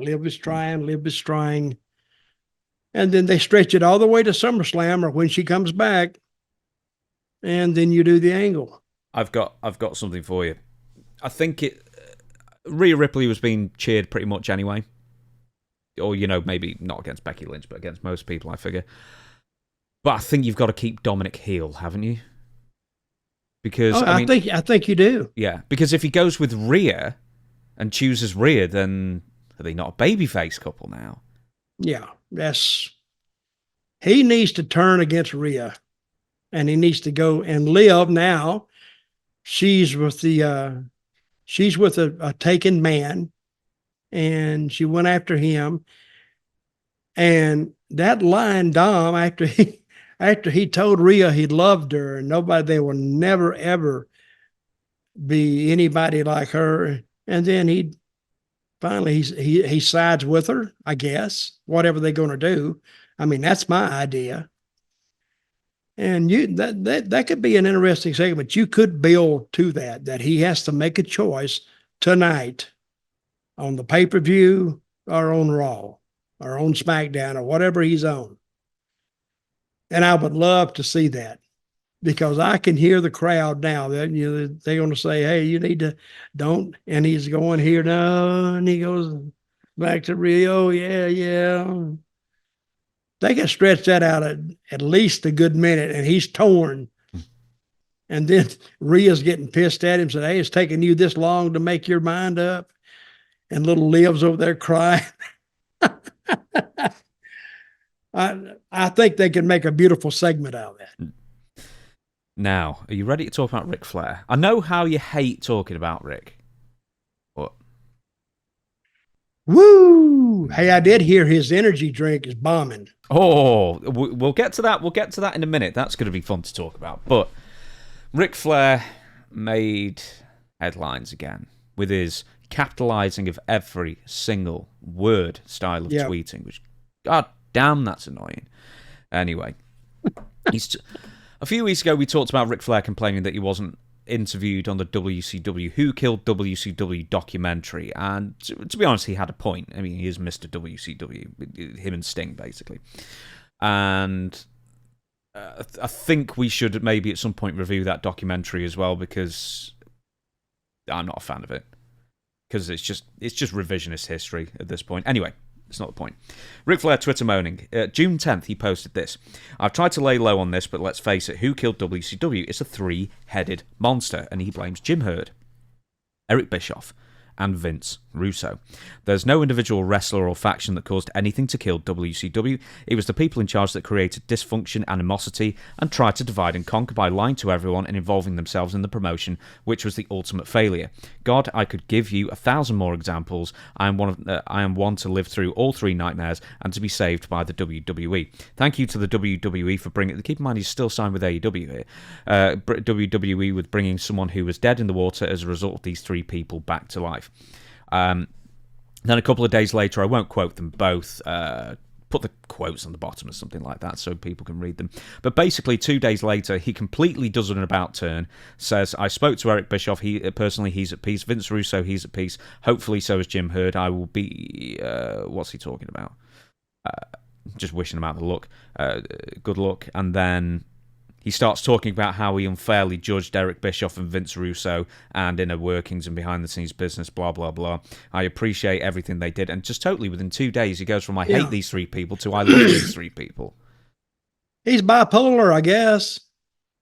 He gets the feeling one way one day, or his social media guy does, and he hates everybody, and they all killed it, and WWE saved him and all that, and he's all pissed off. And 2 days later, he comes out and saying, "Well, I misjudged..." I don't get it. I don't get it. And capitalizing every word in a tweet, I don't think that's Rick. I think that's his social media guy. I really do. Because I don't know. Okay, so is he feuding now with Vince Russo and Jim Herd? Jim Herd don't give a crap. He's still alive and he's like in his 90s, and and he don't care. But you know what is missed in all this? Ric Flair took over the book one time in WCW. Right? Mm-hmm. Did it get any better? It didn't get worse. I think originally when when Rick had the book, it was all right for a brief period, and then and then too much interference, and he quit. But I think briefly when he was a booker, he wasn't bad, because you think he left a lot of the undercard booking to Sullivan and Cornette and some other people at that time. Well, that's why, maybe. Yeah. Because they had to piece it together and make it make sense. But how long was he the head of booking? Not long. I don't know if it was somewhere between like 89, 90 or something like that, but it wasn't a very long time. Under a year, right? Yeah, I think so. And I believe like Flair quit. Just 7 or 8 months. No, I'll tell you why Flair quit. He had to go to the office. He didn't want to do that. He wanted to be Ric Flair, the damn limousine riding, damn drinking, guy that he was. And when he had responsibilities of actually having to go to an office and actually sit down and look at a piece of paper and say, well, what we got to do here, and we got to do this. And he didn't like that.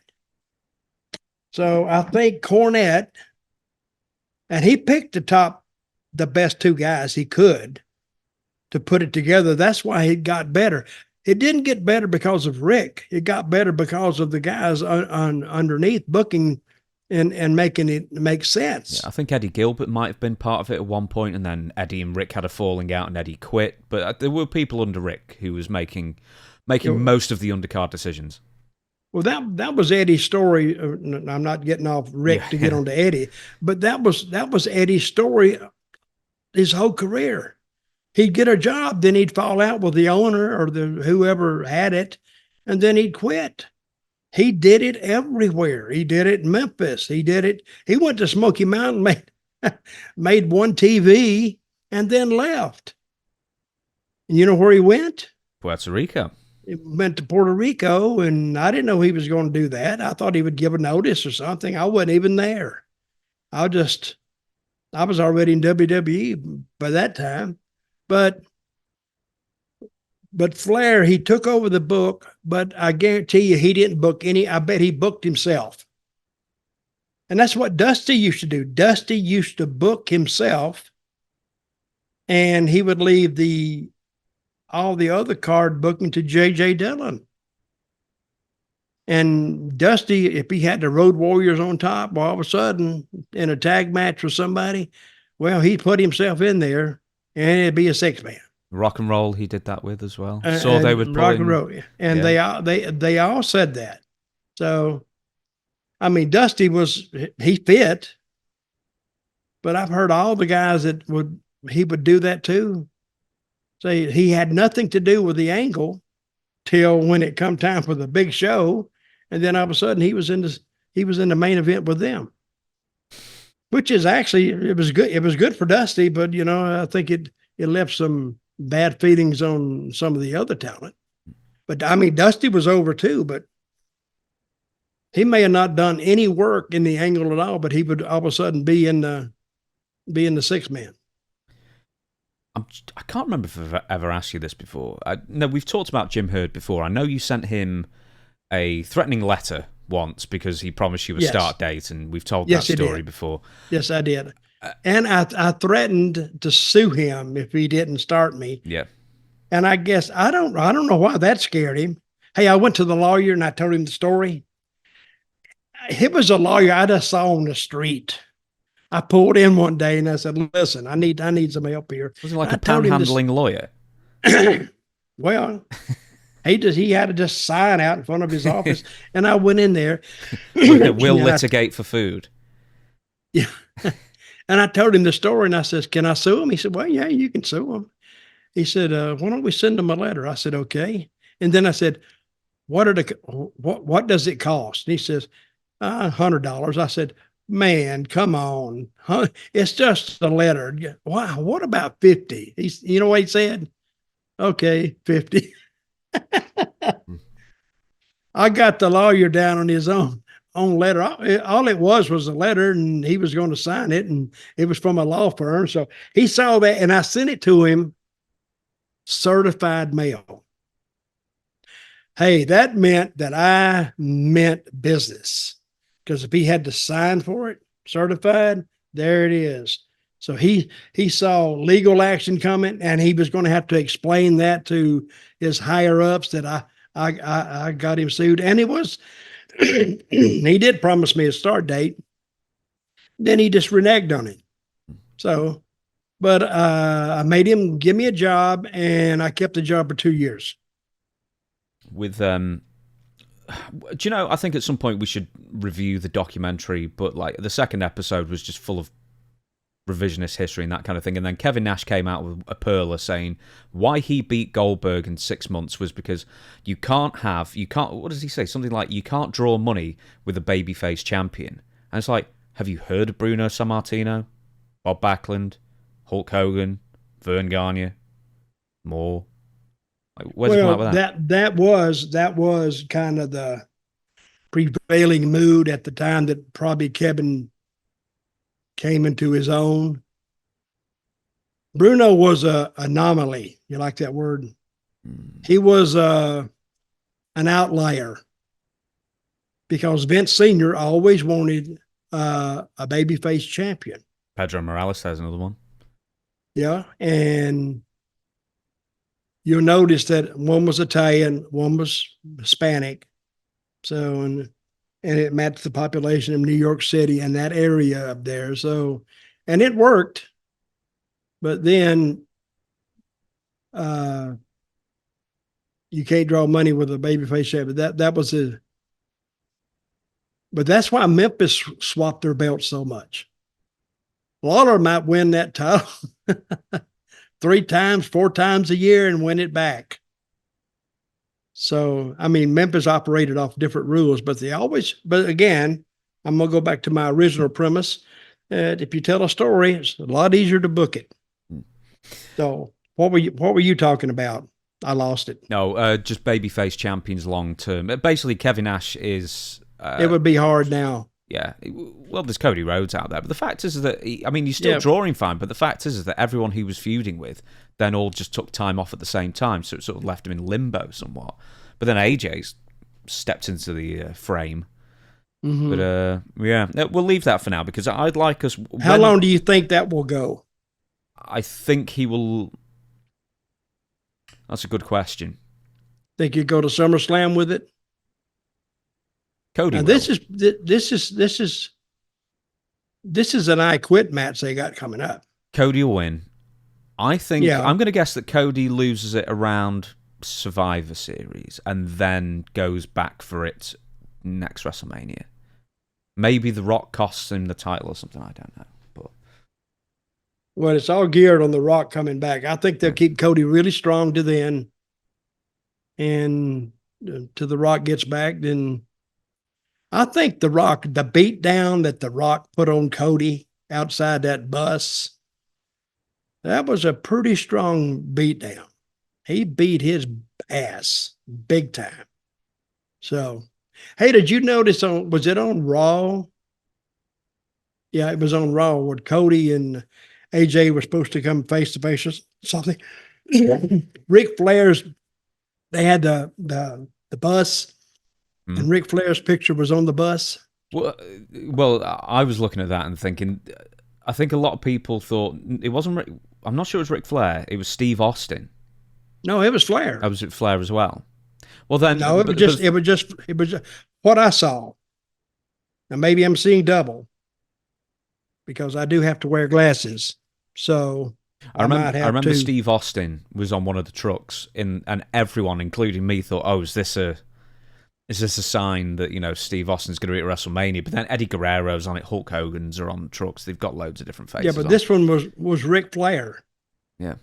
This was when Adam, what was his name? Adam went out and asked him not to do anything, and he's in the back and the bus there, and they went down. There's Ric Flair on the end of the bus. I don't remember Flair being on a bus.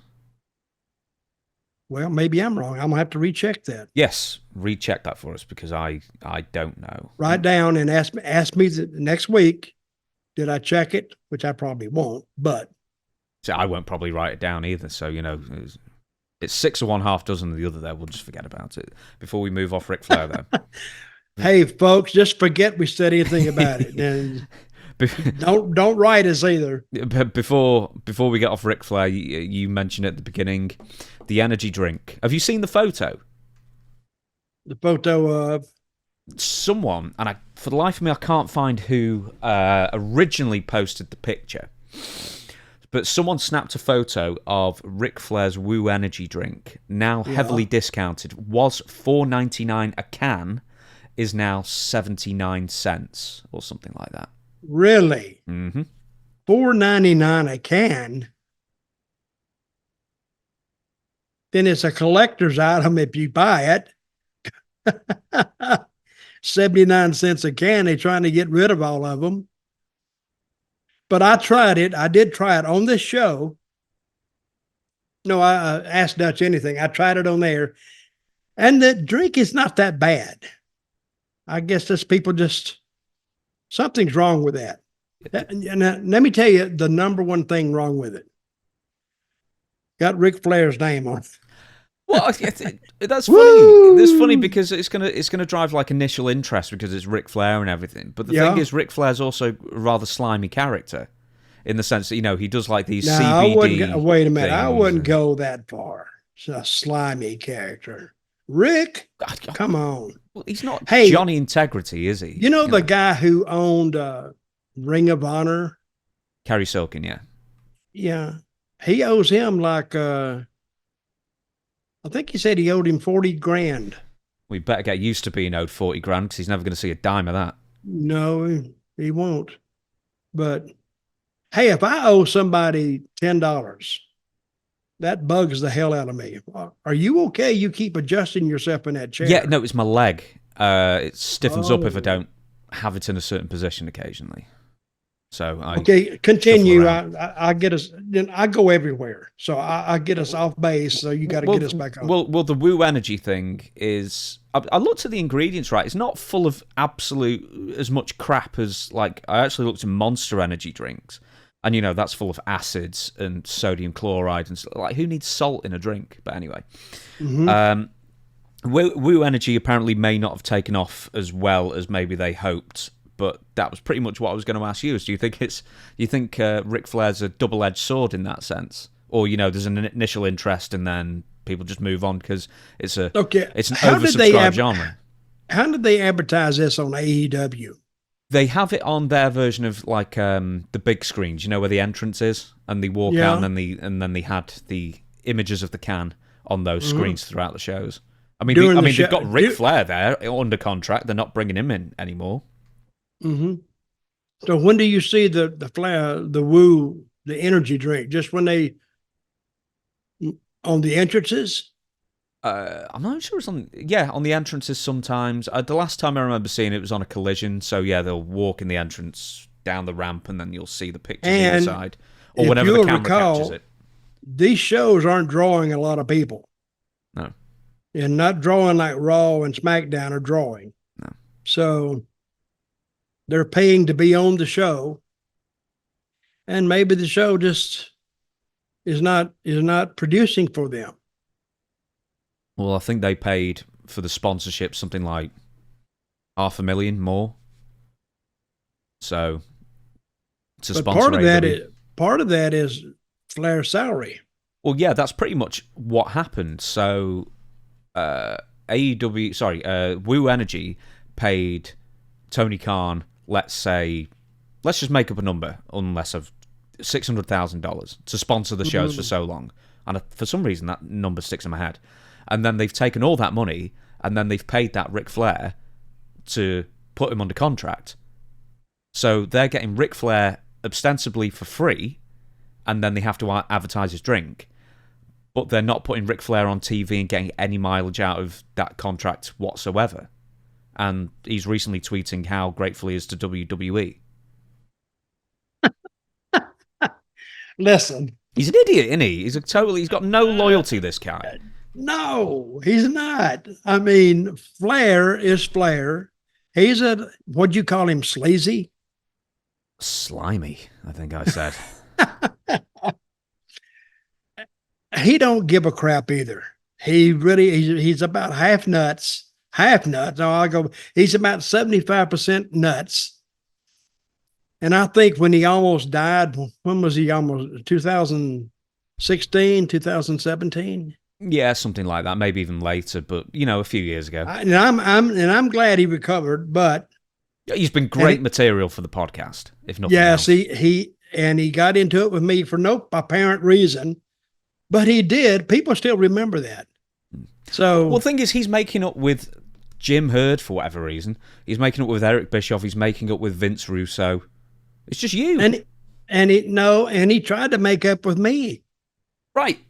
I want to mention this. So So you tweeted and you tagged me in it, so I saw it. I think, yeah, you must have done, or you mentioned it to me, and you said, "Are you going to forgive him?" And it's like, well, he apologized once, and then you heard rumblings that he didn't mean it or he was forced to. How did you hear that he was either forced to apologize or what? Because you went off on him like a day after accepting the apology. You heard something. Well, I don't think he meant it. Of course. I think in one of his drunken rants, which are every day, by the way, yeah.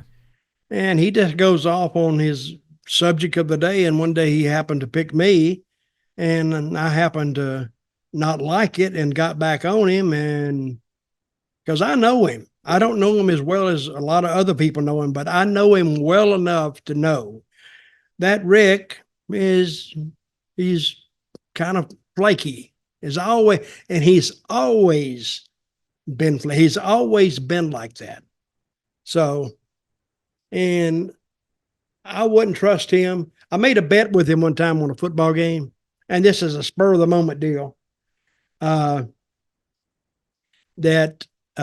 he bet me. I'm a big Clemson fan, and Clemson was playing the national title game, and Flair said, "Oh no, they're gonna get beat." I forgot who they were playing now. And I said, "No, they won't." He said, $100. I said, "You're on." And I never bet. But I thought Clemson would beat this team. I said, okay. And then they bet. And he didn't give me the money personally because I got hurt. And I was at home getting ready to go back. And this fall broke my leg again. And then I asked somebody to get my money for me and send it to me. Jack Swagger. I said, "Hey, get my $100 from Flair." And he went to it and he said, "Dutch wants his $100." And he gave it to him. And he said, he sent me my money. But at Flair, and a guy told me yesterday he bet $1,000. No, Flair bet him. He said, "I'll bet you $1,000 against 100 that they get beat." And I forgot what game it was. It was a football game. And the guy that bet on the $100, they won. So Flair owed him $1,000. And Flair said, "I'm not going to pay you." And he told me Bobby Eaton went to him and says, "You bet, I heard you do it. You bet him $1,000, so you got to pay him." And he said he got 10 $100 bills. He paid him, but he didn't want to. Now, without Bobby Eaton, Ric Flair would have never paid that money. Because this guy he wasn't a name. He was just a guy who used to hang around, OVW. Kenny Bolin, we've had him on. Mm-hmm. And he bet him. But without Bobby Eaton there, shaming him, he would never got his money. Now, is that true? I don't know. Kenny Bolin said it. But it's a good story. So never let facts get in the way of a good story. We've got a couple more things to talk about, then we'll wrap up the podcast. Now, you sent me this as well. Hey, this podcast has went by pretty fast today. I think it's been a bounder. You already said this was going to be the best podcast we ever did. Well, yes, I did say that, and I don't think we've disappointed. Now, this is something else that you mentioned to me. Marty Jannetty gets a divorce. So you sent me a link, and your old pal Marty, divorcing his wife of less than 1 month after getting married in Florida, with the wedding being officiated by the wife of Brutus Beefcake, Missy Beefcake. So for all you WSI fans, You'll have probably seen the Greg Valentine thing about Missy Beefcake. Anyway, Marty Jannetty, clearly a Roxette fan, recently posted on Facebook, "It must have been love, but it's over now. Divorce is on the way. Got backstabbed by 2 of my best friends. One of them lives here. Not much longer, though. P.S. It hurts a little bit, but I'm used to hurting with the ladies. No problem. There's another one waiting." Marty Jannetty gets married, and after a month, they have trouble in paradise, and all of a sudden he's getting divorced. Who would have thunk it? That Marty is something else. So I'm thinking now, and hey, these are the type people that I worked around in the wrestling business. I want to put Marty Jannetty with Ric Flair for one night. You never heard much of them. Let's see who lives. Oh, yeah. I would like to put them together. I wish I had a space machine, a time machine, and you can go back and all of a sudden here's Marty Jannetty coming into a bar and here's Ric Flair coming into the bar, and they meet up and they have a night out on the town. There's no telling what could have happened, but you never hear too much about their interactions, right? Well, maybe it's one of those things where the universe might implode if both of them spend too much time together. Maybe.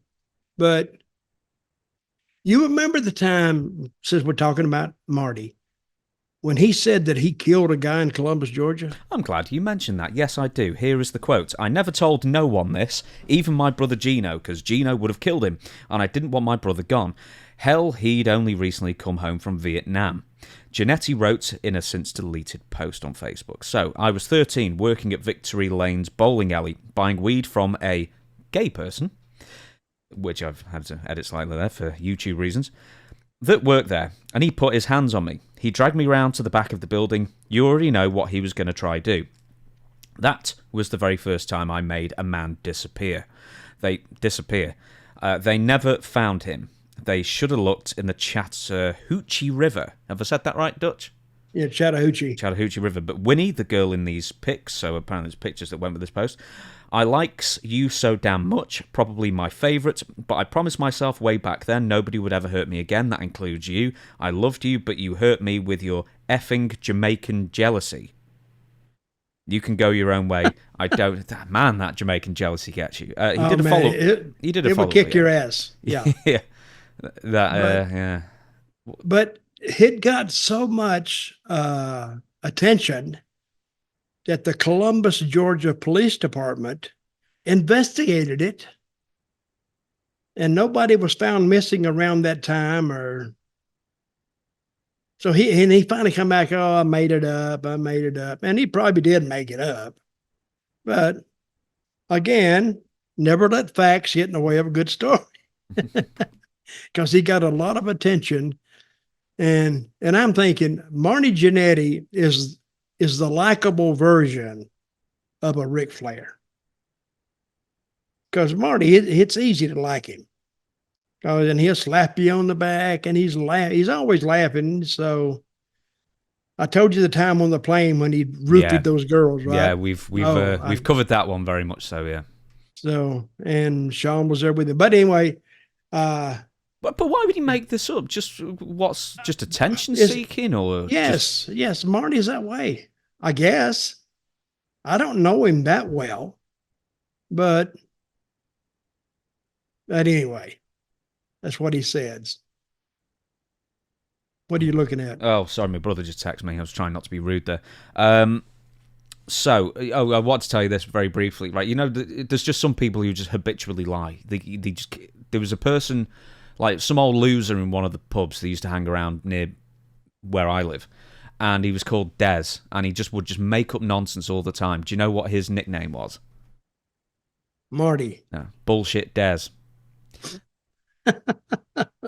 I wonder why. Still one of my... And there was another guy called Wanker John as well, who apparently used to flash people on the park. Anyway, I'm going to follow up... wait a minute. Let me ask you. Yes. What connection does Wanker John have to do with wrestling? Bullshit Des and Wanker John used to hang out together in the pub. I see. You should have wrote song about it and put it to music. Oh God, yeah. Well, I could always do that. I mean, yeah. There's some. I'll tell you some other ones afterwards that are unsuitable for this podcast.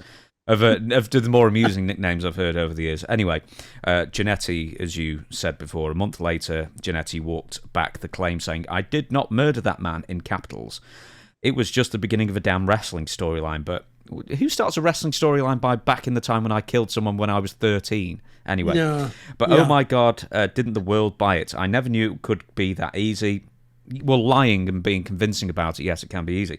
He added, I knew I had to drop it when the police got involved. So, there you go. Well, that's a good time. That's a good time to drop it. Yeah, probably as good a time as any. Okay, we're going to end on this one. But what if they had actually found somebody that had been missing?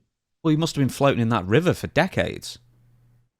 Well, he's gone now, but they didn't. They would have found a body in that river somewhere. Yeah, it would have flowed off into something. That's a famous river in Georgia. I think it separates Georgia and Alabama. Littered with corpses. Littered. I like that word. Yep. So, I interviewed Missy Hyatt. Was it last week? The weekend before last. And she also did one other interview that weekend. I forget who with. But I wish I'd known this information when I interviewed her, because I would have very much pumped her for more information in regards to that. So, recently, Missy and Jim Ross were an item, apparently, around roughly 2019 to 2021. This is what Missy said. "Honestly, me and Jim dated for a couple of years. About 2 years after his wife passed away. We dated for about 2 years. So, and here's the quote. So, yeah, I rocked his world and he rocked my world." Mm-hmm. How does that make you feel? You know who's not said anything about this at all? Jim Ross, by any chance? Jim Ross, and I wonder why. I never knew this. I don't think anybody knew this. And I never heard anything about this at all. Clandestine dating. Very, very quiet. And, but apparently Jim Ross doesn't want it out because he hadn't said anything about this at all. Has anybody asked him? Have you got his number? I don't have. I don't have his number. So has he done any podcasts lately? He's been in the hospital recovering lately. I can't remember. Probably this story knocked him out. Because, oh God, it's out. Yeah. But by God, the way I feel about this, I don't care what anybody does in their private time. That's fine. Jim at the time was still, I'm sure, recovering from his wife's death. And if Missy helped him in any way, fine with me. If he helped her in any way, that's fine with me. But Missy coming out and saying that, it's a little bit of a, I don't know, classless, I think. But I don't have anything to say about it. If they helped each other, it's fine. That's all I can say, because I'm not involved in it. No. Stay in my lane. Missy, quit trying to get me out of my lane. Oh, well, I never would. I always do that shit. I never tried to do that to you, you know that. Missy, on my show, credited Jim Ross with basically keeping her in the job in WCW at the time. Jim Ross also said of Hyatt back in a 2012 WWE article, "Missy was another lifelong fan who, through working in various wrestling territories as a valet and manager, had much more of a working knowledge of the business that she's ever likely been given credit for. Missy obviously brought an element of sex appeal and a bodacious personality to the broadcasts and played her role extremely well. Like many great performers in sports entertainment and entertainment in general, sometimes art imitated life. Some days that was a good thing, and some days it wasn't." So I think Missy would admit this herself. She pretty much did with me. Jim Ross was alluding to it there. Was Missy occasionally difficult to work with? I didn't get along with Missy. No? And I think the reason is because she married Eddie Gilbert.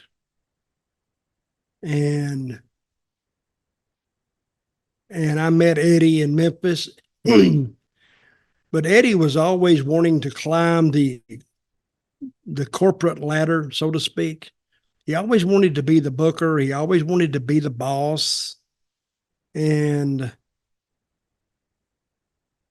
I think, and I like Eddie, but I think, Eddie, he would get off people. I mean, all of a sudden he'd be all of a sudden a big supporter, and all of a sudden just stop supporting you for whatever reason, perceived or not.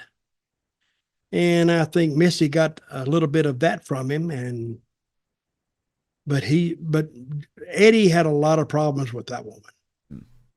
And they ended up getting married. And then he married another woman. What was her name? She was a wrestler. Eddie Gilbert. I didn't realize he was remarried. Yeah, I don't know. I think he got remarried after her. Look him up. Just say Eddie Gilbert marriages. Second wife. Medusa. Medusa, yes. How do I not know that he married Medusa? There you go. You didn't know that? No, that's something that's entirely passed me by. Really? Apparently so, yeah. So Eddie married... and Medusa got mad at me one time about Eddie. Right. She said something like, why did I do this? What I said, I don't even know what you're talking about. See, I don't know what Eddie had told her. I've never told the story about Eddie Gilbert on the show, right? Which one? We've told a few, but which one? When he died. Yes, we have. It was in the last few weeks when he went to Puerto Rico, and yeah, we've told that one before. I don't remember telling that. It was quite a long time ago. I think at some point we'll do probably an Eddie Gilbert entire show dedicated. To be honest, we have so much news every week that in the old version of this podcast... Wait a minute, we didn't have any news last week. Well, no, we had not. There wasn't that much news anyway. I mean, we could have done with a week off. It was fine. So, the internet in Greece wasn't that great, and the weather was amazing. So I was really happy. I don't even look that tanned. No, you don't. Well, do you know what? I put Factor 50 on my face. I don't know if it... You put what on your face? Sun cream. Look, I look a lot more orange there. Can you see? Yes, you do. Yeah. Yeah. So I was like Factor 50 on my face. I don't want the wrinkles. And then Factor 15 everywhere else. So I'm burnt to a crisp everywhere else, but my face is quite all right in that sense. So there you go. Yeah, we need to do a little bit of a dive on Eddie. Yeah. Well, we need to do dives on a lot of things, but the thing is that we just end up doing the news every week and then fan questions. So at some point, when there's like a low news week, we'll do whatever the main headlines are, and then we'll do a dedicated hour or something to a single subject. How does that sound? No, it sounds good. Okay, all right, good.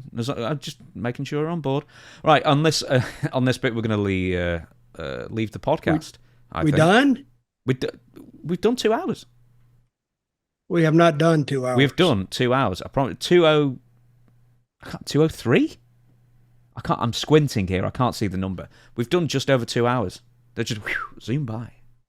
Really? Certainly has. Well, there you go. It didn't seem like 2 hours. That's when you know it's pretty good. Yeah. Well, I hope that you at home or wherever you are consuming this media via your ears or eyes and ears, I hope you agree as well, because I think that was a very good podcast. Lots of interesting stuff as well. But for now, leave them wanting more, Dutch, is what we all... Or, sometimes we leave people wanting less, of course. But in this instance, I think we're leaving people wanting more. So I'll do the outro. Thank you, everybody, for watching. We are back again to a regular schedule. I'm not traveling anymore. I did a lot of traveling over the last couple of months. I'm not doing it anymore until at least next year now. We're going to see you again, like normal, next Tuesday, Ask Dutch Anything episode, whatever it is. So if you want to contact us, and in the 2 weeks we've not done it, reams of questions have come in, and there were so many great questions that we're not going to be able to get to on Tuesday. We will do our best to get to as many as possible. If you want to submit your questionsfordutch@gmail.com, email us there. The best ones will make it into the script every single week. We get far more than we could ever write down and ask. We do our best, but for now, thank you very much for watching. We'll catch you in on Tuesday. Dutch, we the people. We the people.